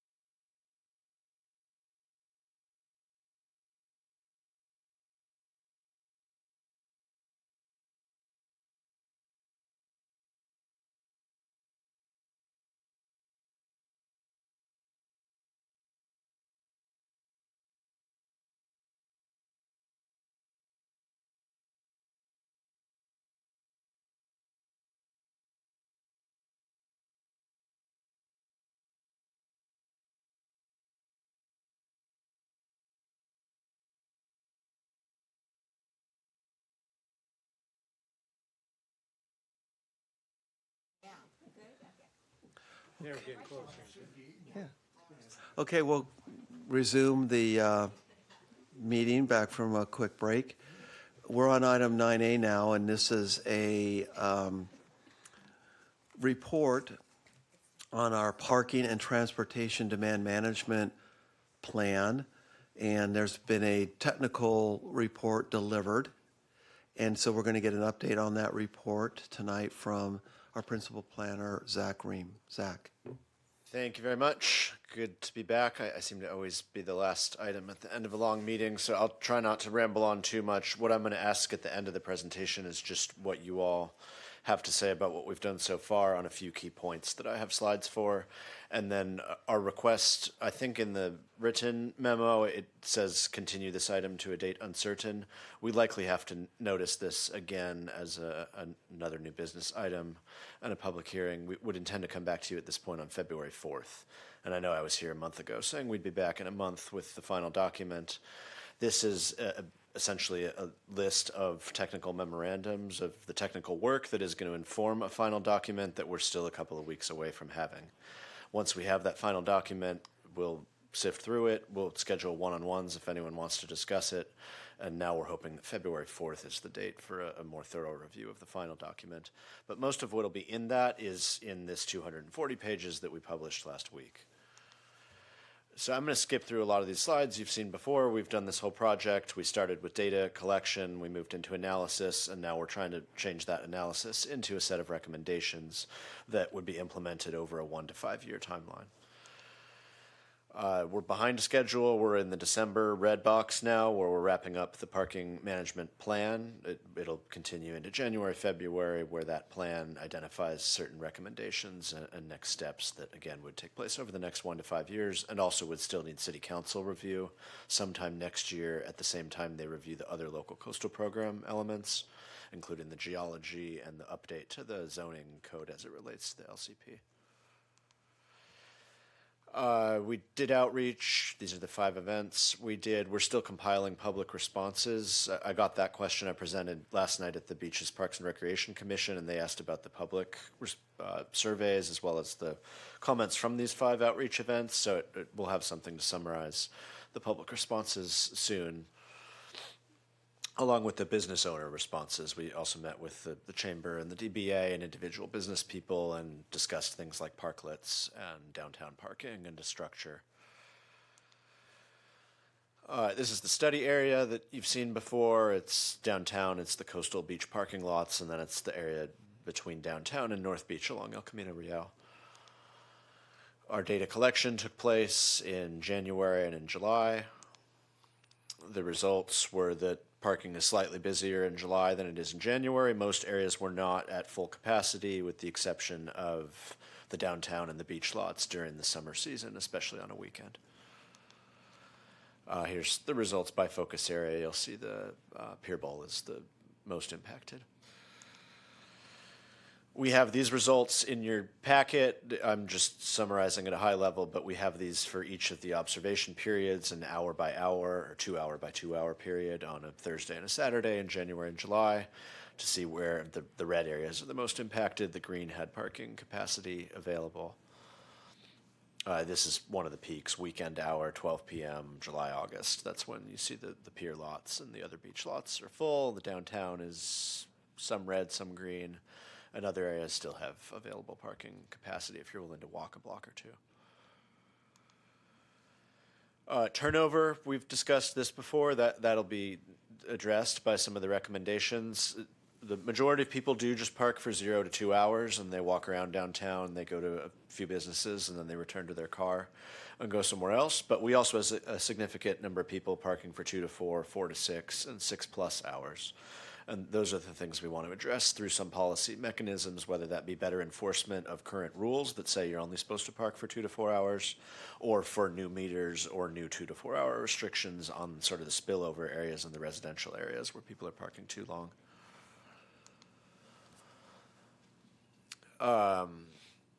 This slide's pretty much the same as the second slide. It's just showing that the process we're going to and how its analysis is leading to recommendations. These are the best practices that we looked at that other cities are doing. There's a lot more information on this. It's the first analysis in the packet is the comparable cities. It breaks it down by city, what each city is doing, and then it also breaks down by sort of issue area or strategy that other cities are implementing. These are the low-hanging fruit strategies that we've been recommending for a while, which is essentially directing some of the parking revenues into the trolley and the microtransit, last mile solutions, senior rides, and then bike and pedestrian improvements downtown. I'm going to skip through all of the strategies. This is the 30-minute presentation you heard from the consultant in October. Those haven't changed very much, but what has changed is in the pro forma and then in the final document that you'll see in January, those strategies have sort of an implementation phase and recommendations on how we could accomplish them over 1 to 5 years. This is a revenue slide. There's a lot more revenue slides in the pro forma, which is the second set of analysis in the attachments. But as just a high-level summary, the total parking revenue in 2024, which is the most recent year we had full data from fiscal year 2024, was about 1.8 million in total revenue. About 300,000 of that was expenses, so subtract 300K for expenses, and then subtract another 287,000 because all the street sweeping tickets go into the Clean Ocean Fund rather than the parking fund or the general plan. And that leaves a net revenue of about 1.1 million in parking tickets that are not street sweeping and parking meter payments and beach parking, and then also the $50 parking passes that residents buy. That's generating about 1.1 million. It's going into the general fund, and most of that is not being returned or spent on parking or transportation. A portion of that gets returned and spent on things like the existing trolley, the senior last mile programs, and then occasionally we have capital improvement programs that benefit parking.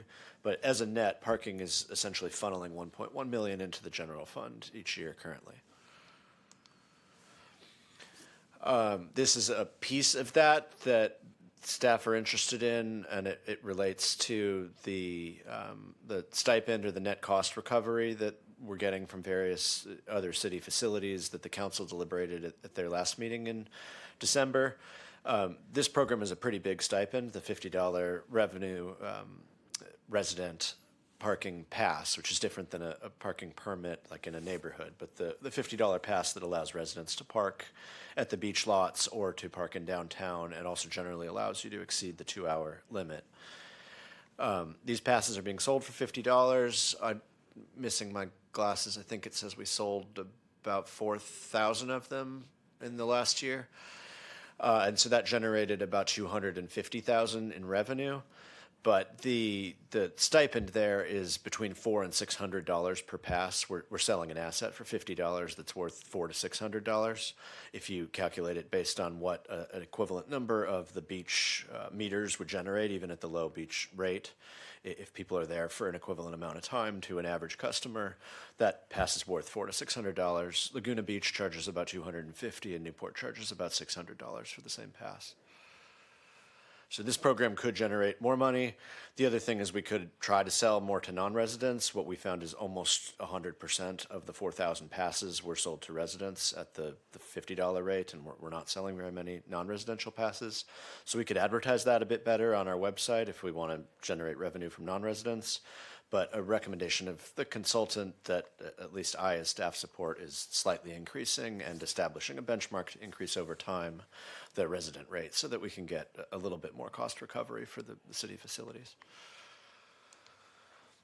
The other way we can easily get a little bit more cost recovery is by replacing the meters with pay boxes and replacing the older meters that only take coins. We still have some of those at Linda Lane with modern meters or with pay boxes instead of individual meters, even without raising the rates, just by having modern meters that work better and that staff don't have to go collect the coins from. That would generate, it would pay for itself, I think, in year 2, and by year 10, it's saying it's generating $300,000 to $500,000. So that'll be a recommendation as soon as we can afford the initial replacements of the meter heads. This recommendation is hard to read, but it's essentially to have regular parking enforcement. One option would be to hire 1 or 2 more employees. Right now we have the senior volunteers doing the bulk of the enforcement.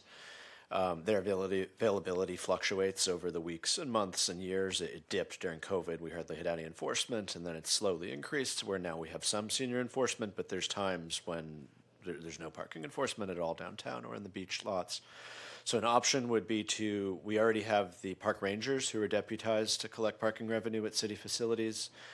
They have other priorities, so they're not doing that for a very large portion of their day. We could hire one or two more rangers, and then all of the rangers we have could do some parking enforcement, maybe not full-time their whole day, but collectively, one or two more full-time park rangers could recover their costs and more with parking enforcement, which would encourage the turnover that allows businesses and beachgoers to find parking, but also could raise more revenue than it would cost even to hire one or two more rangers, and then those rangers could also do other things that benefit the city. Alternatively, we could enter into a contract with a for-profit parking enforcement firm. There's firms that other cities hire that just do parking enforcement pretty assertively and at a lower cost than a city employee. That might be seen as adversarial to city residents if we just wanted to raise a bunch of money, but that would be easier if we wanted to increase revenue and have regular enforcement.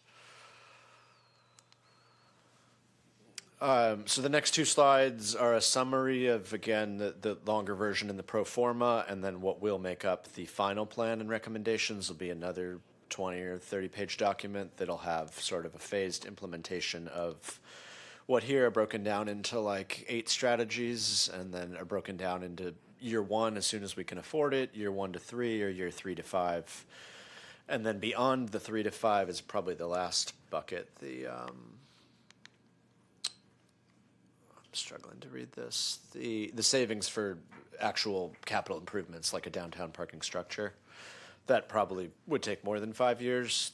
We've continued to ask the consultant and Public Works and city engineering staff to look at the 2 previous analyses that the city did and paid a private firm to do in terms of what it would cost for a parking structure. And then we're hoping to have an estimate of like what a bond how much we'd have to take out and how long that would take to pay back.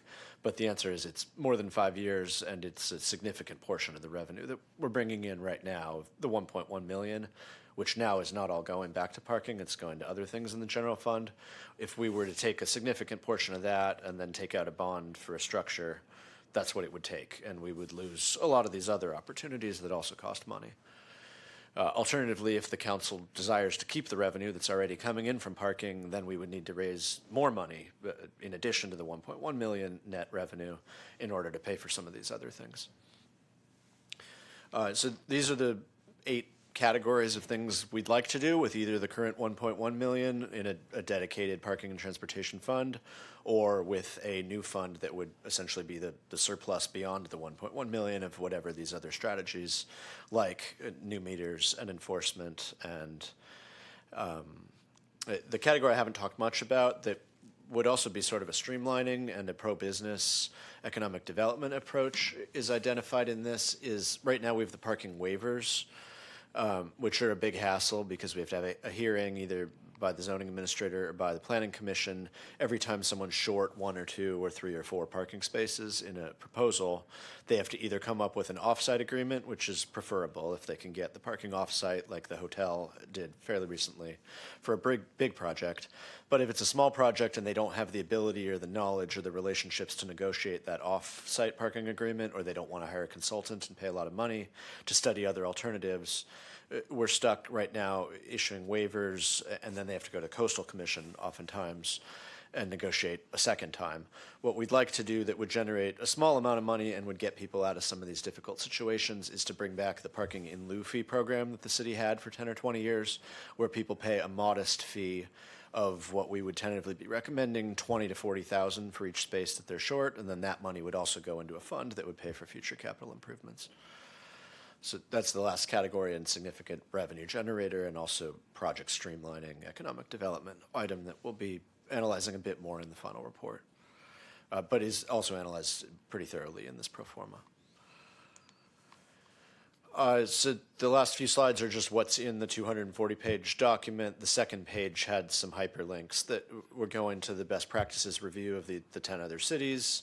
The second document is the pro forma and those 8 recommendations with a good bit of analysis, but not quite as much analysis as will be in the final plan, or maybe the final plan will be less analysis and just more writing and explanation and reasoning behind each of those recommendations.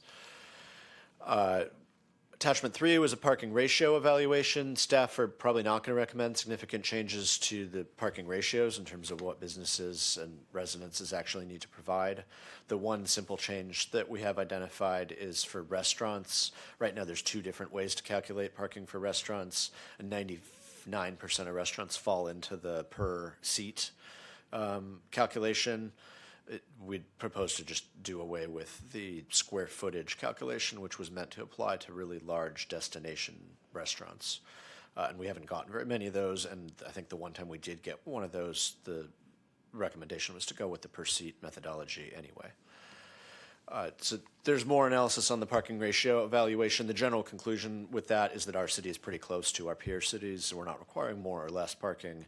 And the restaurants and businesses aren't really what's driving the parking shortages. What drives it is when there's a lot of things packed close together and people want to park and go to a lot of popular destinations. If you have a popular downtown or a popular beach, it's going to be hard to find parking, but it's not really the fault of the zoning code or the individual business. Couple more existing conditions, utilization and turnover. The study, I think this is just summarizing the data analysis as a whole, the January-July collection periods. And then existing conditions, trolley transit operations, that summarizes the various other sources that some of the parking revenue is supporting, and also these sources that reduce demand for parking and transportation and provide alternatives. So together, these documents provide a baseline and sort of a collective summary of our parking reality today, and then some possible changes that we could make in the next 1 to 5 years. This is what I summarized at the last meeting, was the comments I got from you all in October. We're still looking into these 10 or so bullet points and trying to address these. Some of these comments I think were addressed in the technical analyses, but we'll address them in words in the final document just to show that we've considered most of these comments. The 2 that we hear the most are probably the parklets and the neighborhood electric vehicles. That was discussed last night also at the Beaches, Parks, and Recreation Commission. And then individual members of the public that we've talked to are also usually interested in the parklets and the neighborhood vehicle parking, sometimes bike parking or e-bike parking. Next steps, we sent this over to Coastal Commission staff. We don't quite know how long they will want for their initial review. This will just be a review that their staff makes before this would get forwarded to the full Coastal Commission after the Planning Commission and City Council adopted some set of recommendations. But Coastal staff is going to give us some comments, we hope, in January. City Council review later next year, and tentatively the plan for Planning Commission is to return February 4th. I think that's it. What we're looking for today is if you have more comments on if we failed to address these points from October, or if you've refined your comments from October, or if you've identified new things in the analysis that you'd like to be better teased out in the final write-up, which again will be a shorter document, but a little bit more text and explanation and logic heavy, a little bit less charts and graphs. So if you want something to be explained better in the final version, we can do that. And then if you want to weigh in on any of these 3 items that we still haven't made up our final recommendation on, whether we're recommending a change to the rates in the beach passes, and then how soon and how imperative it is to replace all the meters with modern meters, or whether we should go to pay boxes instead of meters. That's what this slide analyzes. And then the enforcement, if you want to weigh in on potential enforcement strategies, or if you don't think we should do more enforcement because it's working fine the way it is. Some people like the lack of enforcement. So I will conclude. Thanks for listening to our study again. We'll be back at least one more time, but let me know if you have comments now. And the recommendation is, I think we wrote it up as a continuance to a date uncertain. If you want to continue to February 4th, we'll probably have to publish another notice anyway. Okay, well, when we get to motions, you can advise on what you'd like. I thought you did a fantastic job. that was maybe about 15 minutes, but that's 200 pages or more of a lot of dense material. So thank you for organizing your presentation in a way that was easy to understand and going through it all. I would also recommend anyone that's just listened to that at home, go to the website, download, and go to our agenda for this December meeting. Find this report and go through it. This answers most of the common questions that you hear or see on social media about parking in San Clemente. Why don't we have a structure? Why isn't there more enforcement? Why don't you charge more in the meters? All of those questions are in here. So if people are wanting to be parking experts, read this report. This is the facts. So I highly encourage people to look at this. Lots of good stuff in here. So thanks for your summary. Let me just go through with my colleagues and get some comments for you. If that's appropriate, Zach? Okay. Commissioner Prescott-Loeffler, your thoughts? I want to compliment the report. Zach, you did an outstanding job condensing it into 15 minutes, a lot of information, good information. Did I miss employee parking? There has been complaints that employees come on Del Mar and take up the parking. Was that in there somewhere? Yeah, it's in there as a recommendation. We don't have a lot of data. It's hard to know who all the people parking their cars are. We don't want to be too intrusive while we're collecting data, and we didn't go door to door asking businesses where the employees are parking. We know it's a problem. We know a lot of the parking on Del Mar and then on the surrounding streets where it spills over are employees. One of the recommendations in the report that I didn't touch on that much is to consider expanding our lease program with the privately owned lots in the area. Right now we have 47 spaces. We've had as much as 150 spaces in the past. A lot of those leases have lapsed. And that's a relatively modest line item in the budget now. It's $32,000 a year. If we allocated another $100,000 in addition to that 32, we could get 100 spaces back, which is the same number of spaces we could get from a garage. If we want to reduce the employee parking and the spillover into the downtown and the neighboring streets, the two ways to do that are by leasing more private lots, which are shared with the public. They're essentially signed as public lots, so everyone thinks they're public, but they're privately owned where the city is paying a fee. The ways to do that is to allocate more money to that or to build a structure. That's how we get the employees to move. So there is a reference to that in this table that talks about how that would be a net effect of some of these two strategies. If you have other ideas for how we can get employees to not park downtown without, intruding on privacy rights, we can. The downtown DBA, I know some individual business owners repeat to their employees that it's important that they not obstruct customer parking and they park a reasonable distance away and walk into their place of employment. We can continue to emphasize that, but it's hard to mandate something like that without providing additional parking resources like the leased lots or the downtown structure. If I could add to Zach's thoughts too, there's a book called The High Cost of Free Parking. And that's one of the things that we have an issue with in the downtown, right? Since parking is free, and there are term limits, but as Zach has also mentioned, we don't have a robust staffing set up right now to do the enforcement. Having meters in areas like downtowns is one way to also address that, where kind of agnostic of who it is, you're disincentivized from leaving your car in that place for a long time, or to consider alternative means like, okay, maybe I will hop on the trolley to go downtown for my job at the ice cream shop instead of driving down and parking somewhere where I know that in this specific lot I don't usually get ticketed or they don't visit. So that's one of the considerations that could be on the table as well through this process, is reevaluating does it make sense for certain areas to have additional pay stations to, again, promote more turnover in high demand locations.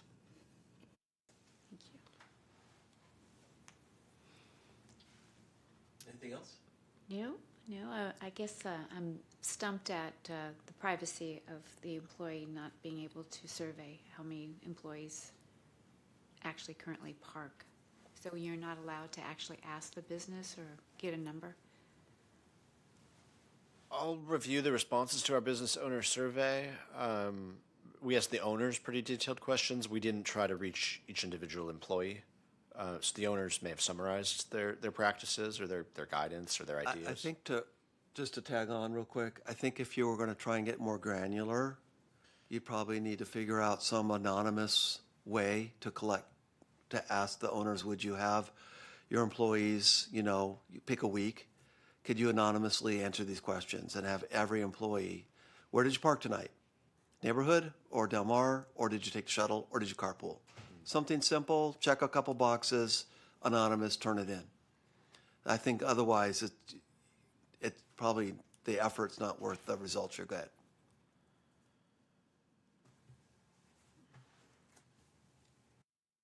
It's a thought.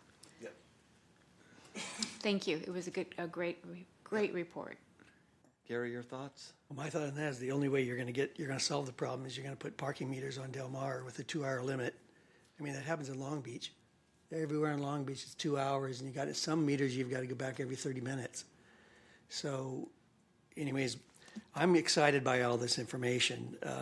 It's nice to know that we probably net about 1.1 million. And thinking what kind of bond structure would take, build a $4 million structure, because I really think structure is about the only thing anywhere we can build structures is the solution, because other cities do it, put the money down. The big rub is going to be the council's going to have to decide if 90% of this money goes to the general fund.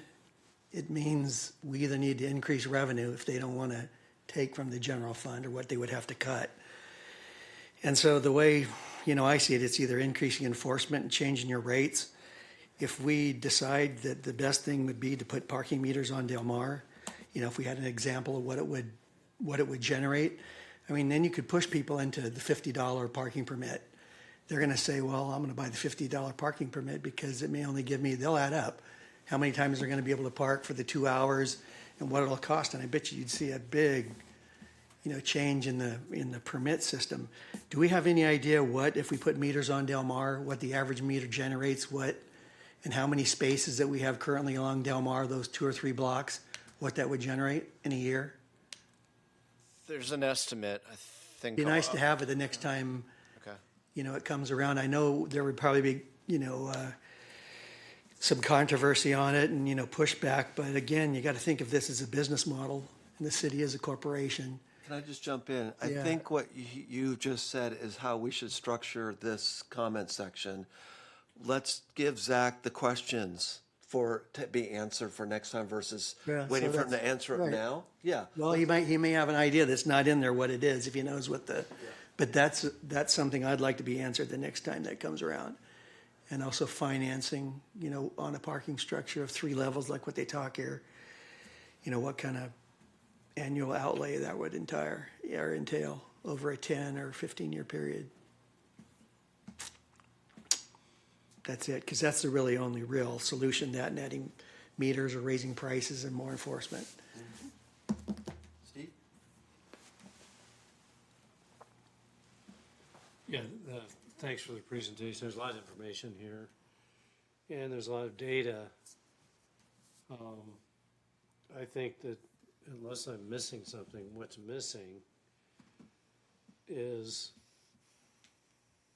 detailed evaluation of what other cities, our peer cities, have done. I only saw sort of a general statement that what we're proposing or doing is similar. But there's, like for instance, the city of San Juan, even though it's not a beach community, there's paid parking everywhere. They pretty much made a decision to just charge for parking, no matter where you go. Did you saw this chart? Is that what you're talking about? Yeah. Okay. Yeah. So it's coupled with, when was it implemented? What was the difference in terms of revenue? And what, if that's even possible to evaluate, what was the impression by the residents? Because I think, there's overlap between San Juan, San Clemente, not so much Oceanside, because you have Pendleton in between. Laguna Niguel is just different, right? There's not a lot of downtown areas, but Dana Point, the way it's changing, I just don't see a lot of detailed comparison. It's just sort of data. And then I think what should happen is that there should be a priority and benefits recommendation from the consultant, not just, and maybe I'm missing it, but not just here's the data, here's what we can do, take your pick, right? That's kind of the way I feel about what we're looking at. So they're not really giving us, you know, we think these are the best, this is the best priorities, these are the best priorities. This is how we would, you know, number from 1 to 10, you know, whatever.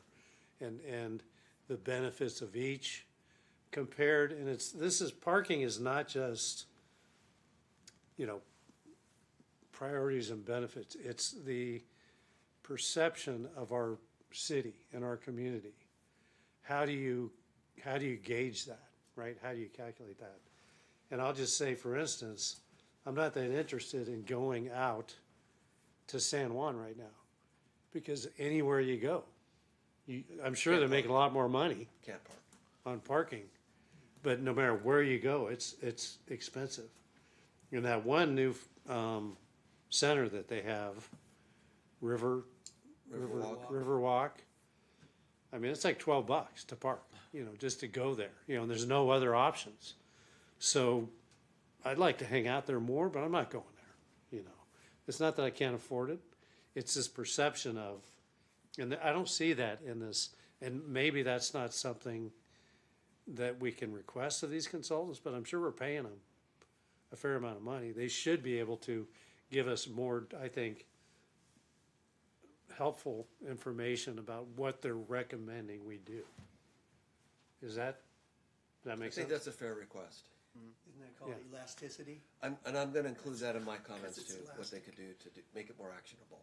Yeah. Yep. So we have, because we're just looking at this and, you know, we're not the parking experts.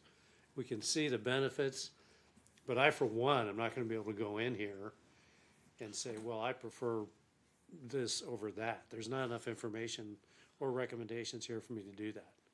So, you know, I feel, you know, not incapable, but certainly not as competent as these people. This is what they do, right? So that's a pretty general comment, but hopefully that's helpful. I agree with that. I'm going to make some comments too about that. That's, other than that, there's a lot of great information in here. You know, these construction costs for structures, when you don't necessarily even have a lot identified or owned, you know, maybe there's some city-owned lots, but those numbers are low. It costs a lot more to build a parking structure, even above, you know, above grade than what this is showing. I mean, you can't build anything for 4 to 5 million, you know, these days. So I think those need to be more realistic. Mm-hmm. That's all I have for now. Okay. Brett, did you want to give your thoughts? Yeah, incredible report. I'm probably the only one that read the whole thing for reasons I don't know. But anyhow, I learned a lot from it. Thank you very much. A couple questions that came to mind was, do we get any M2 money from this, Measure M2 money from this? Is there any money available from Go, what is it? The trolley. Yeah, Go, OC Go, whatever it is. So not directly out of this process. So this is a grant-funded review. But to the point of prioritization, you know, having a parking management plan can help us be competitive where we're saying we've already reviewed the city's resources and identified these are the issues. So yeah, it can assist in future grant opportunities. Okay. And do we know how many annual passes that we sell? 4,000. 4,000? How'd you know that? It's in the report. It's here, it's increasing. Well, Here's what's the it last right 5 now? years. Yeah, 4,201. I'll throw the spot one. Great, all right, okay. Well, that's interesting. So the interesting thing that you mentioned was, you know, we sell them for $50 and other towns sell them for $400 to $600. So we're basically 12.5% compared to what everybody else is. I mean, that's one option. I know that 12.5% of every license plate or driver here in California has a handicap sticker. So 1 in 8. So I don't know why that is, but this is one thing that I think, you know, it would help a little bit of revenue, and I mean, like you were saying, you pay $12 for parking over on a gravel lot. You pay $8 to go 12 miles on the toll road. You know, if you could park closer to where you're going, I think that would be worth a couple pennies, right? So, I don't know. That's kind of what I was looking at. But how did I miss that 4,000? I don't know. It's 250 pages. You give yourself a break. It's all right. A lot of statistics. Thank you.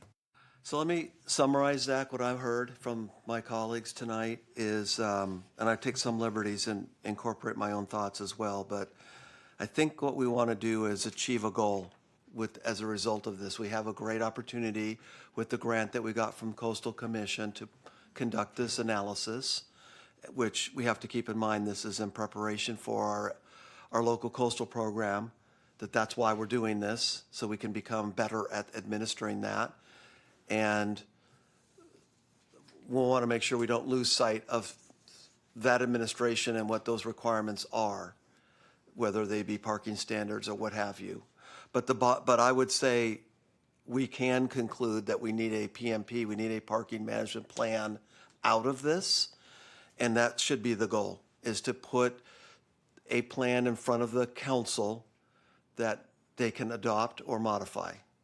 And my recommendation, again, I'm trying to funnel all the things I've heard from my colleagues tonight, is if we could ask the consultant to bucket their recommendations for a PMP into like a quick wins or immediate action, and then maybe more of a intermediate or medium term, and then a long-term strategy. And so that the council could adopt a plan starting with the quick wins, and then direct the staff to continue to develop the intermediate and long-range options. So that would be a way to organize the report. I think the key takeaways that I heard in terms of just describing the problem is we have a lot of parking, but the parking is widely distributed, and where we have the issue is where we have concentrated demand. And from what I took away from the report is when you have I think the number's around 85% of your capacity in an immediate area taken up, the perception is there's no parking. It's 85. But I think the report was saying that at peak times, our actual capacity is like 90. Use 90 to 90 or more. So there is an actual parking impact that we can draw, and I think it's primarily on Del Mar and the Pierbolt areas. So I think that is, we can target those clearly with the data. And one of the things that I took away from the report is on Del Mar, the heightened concern or perception of no parking, which correlates to that 90% is in the afternoons. And that is correlated to a drop-off in the 2-hour enforcement, more or less. Meaning a quick win, in the quick win or the immediate category is do the 2-hour enforcement to 7 or 8 o'clock at night, and you may impact that perception or that capacity, like right off the bat. That's something that I think that the consultant could confirm. The other thing that I saw in there is that would be an immediate impact is the smart parking meter or box meter upgrade. I mean, it looked to me like those numbers were about $100K to do it, but they were indicating that you would get an uptick in revenue of 25%. So a 25% uptick of 1.1 million is 250,000. If the cost is 100,000, the ROI is 6 months. So whether that's right or wrong, I don't know, but that would be something to consider immediately, like that you're going to get an immediate payback if you upgrade these meters. And then those not only do you get the benefit of getting away from the coins, but now you can do seasonal parking rates and you can do peak parking rates. And those are great to incentivize people to move to the trolley. And I think that's the cause and effect. And the good news with that is the trolley is working. According to this report, the Red Line in particular is the ridership is extremely high. And as long as we continue to lean into that, it looks like the funding is there for at least 4 more years to subsidize the trolley to keep it free, that is a good strategy. So again, I'm just helping kind of what I see as the quick wins. Now, moving into sort of some other areas of the report that I heard mentioned from my colleagues is the private lots. We had 150 more or less, and now we're down to 47. It would be great to know why. Is it because the owners want to do something else with the property, or is it because we're not paying them enough? Because if they want to do something else, then they're off the table. So we need to remove that. We need to say, hey, our private lot capacity is now here. So this is what you can count on. Unless they're saying, yo, we'll give it to you, but you got to pay more, then maybe the capacity is back to the 150. But the way I read the report is we've lost 100 spots in those private lots but on reasons unknown, no root cause. So that would be helpful to know, to query those private property owners and say, are they available or not? And then have a number on that. The other thing is the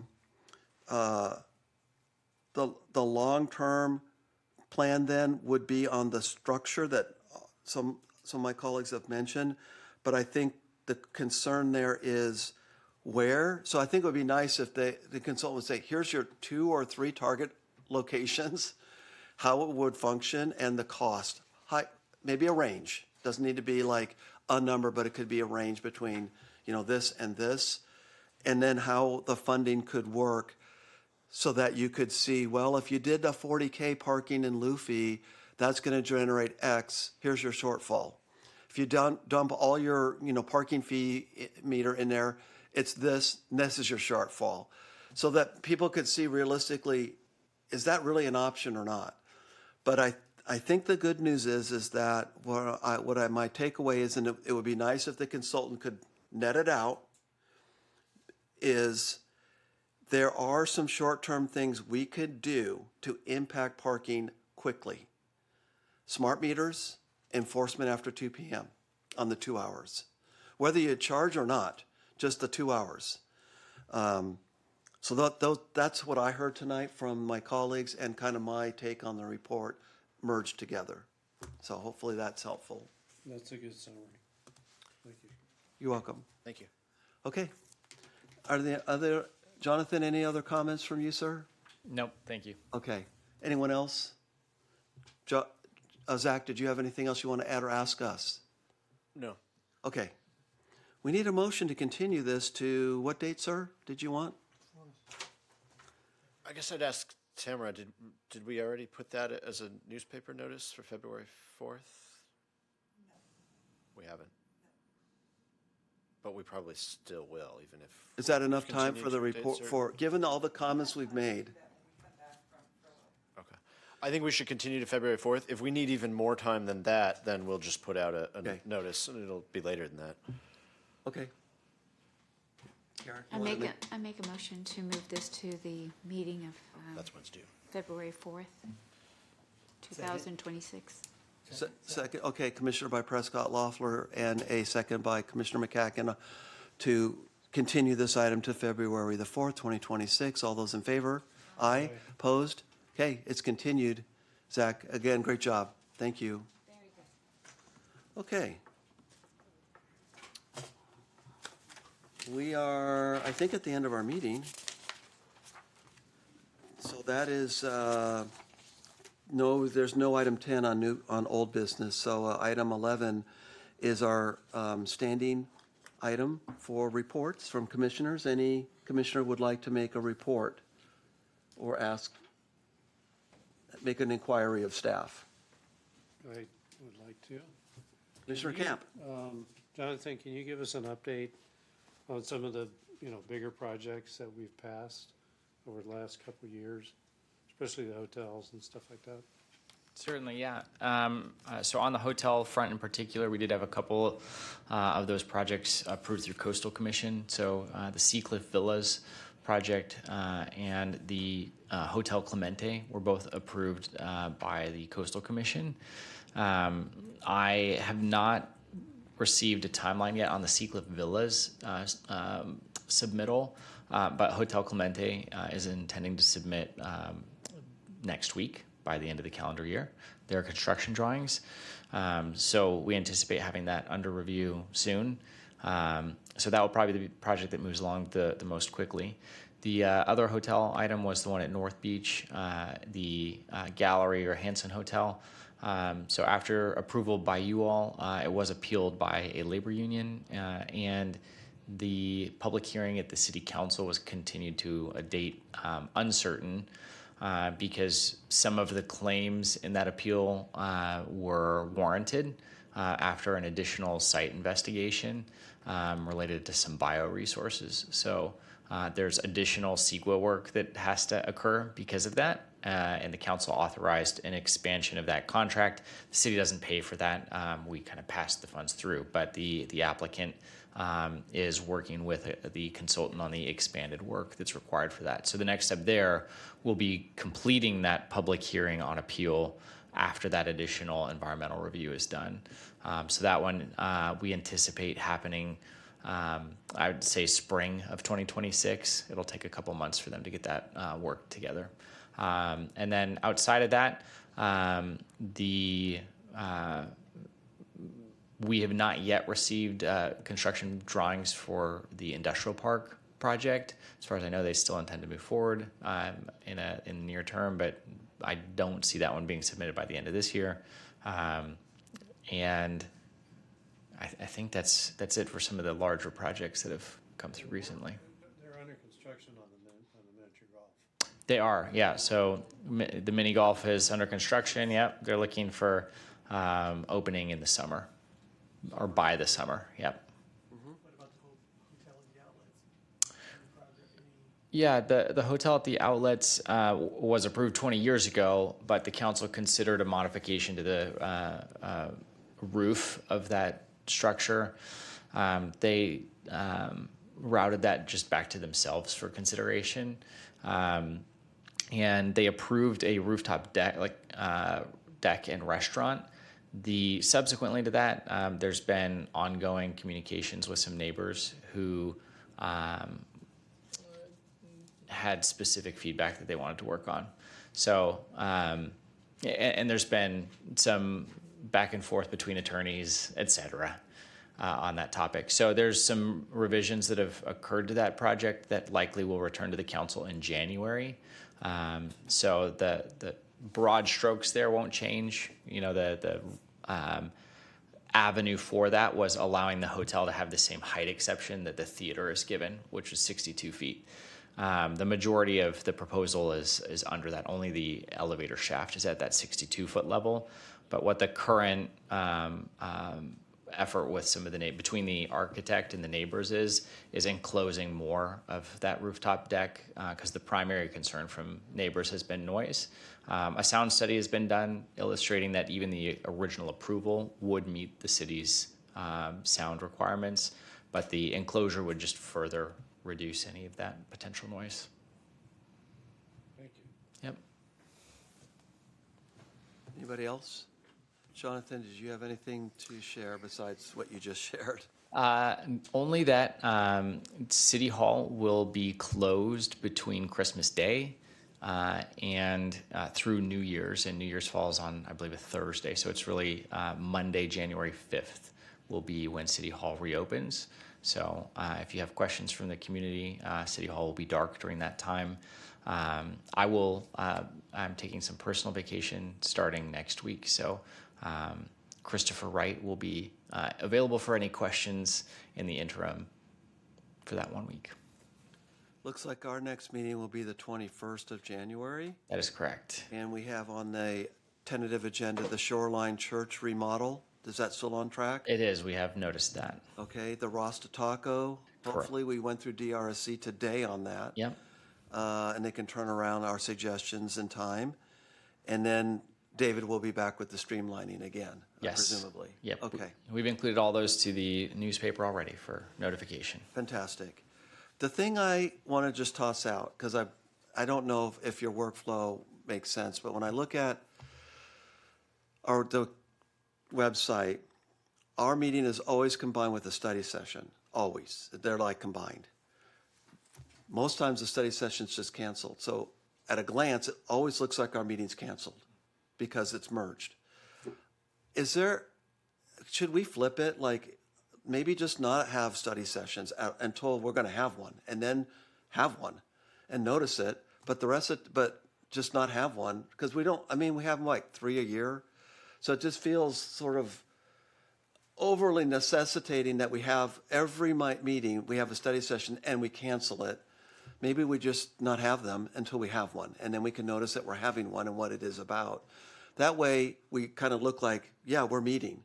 Because when I look at it at a glance and it says study session / planning commission and the first word is canceled, it's confusing. So that's what got me thinking, maybe we could just do away with the study sessions because we don't do them enough to have them be standing. Yeah. That's just a thought. I don't know if that makes sense. I'll review to make sure I'm not missing any code issues, et Okay. cetera, but I don't see an issue with that, and I agree with the statements you've made. So we'll review that, make sure that we don't have any code issues precluding an immediate change. If we do, we can deal with it. Okay, cool. Thanks. Going once, twice, anything else from anybody? Who wants to help us move an adjournment? Mr.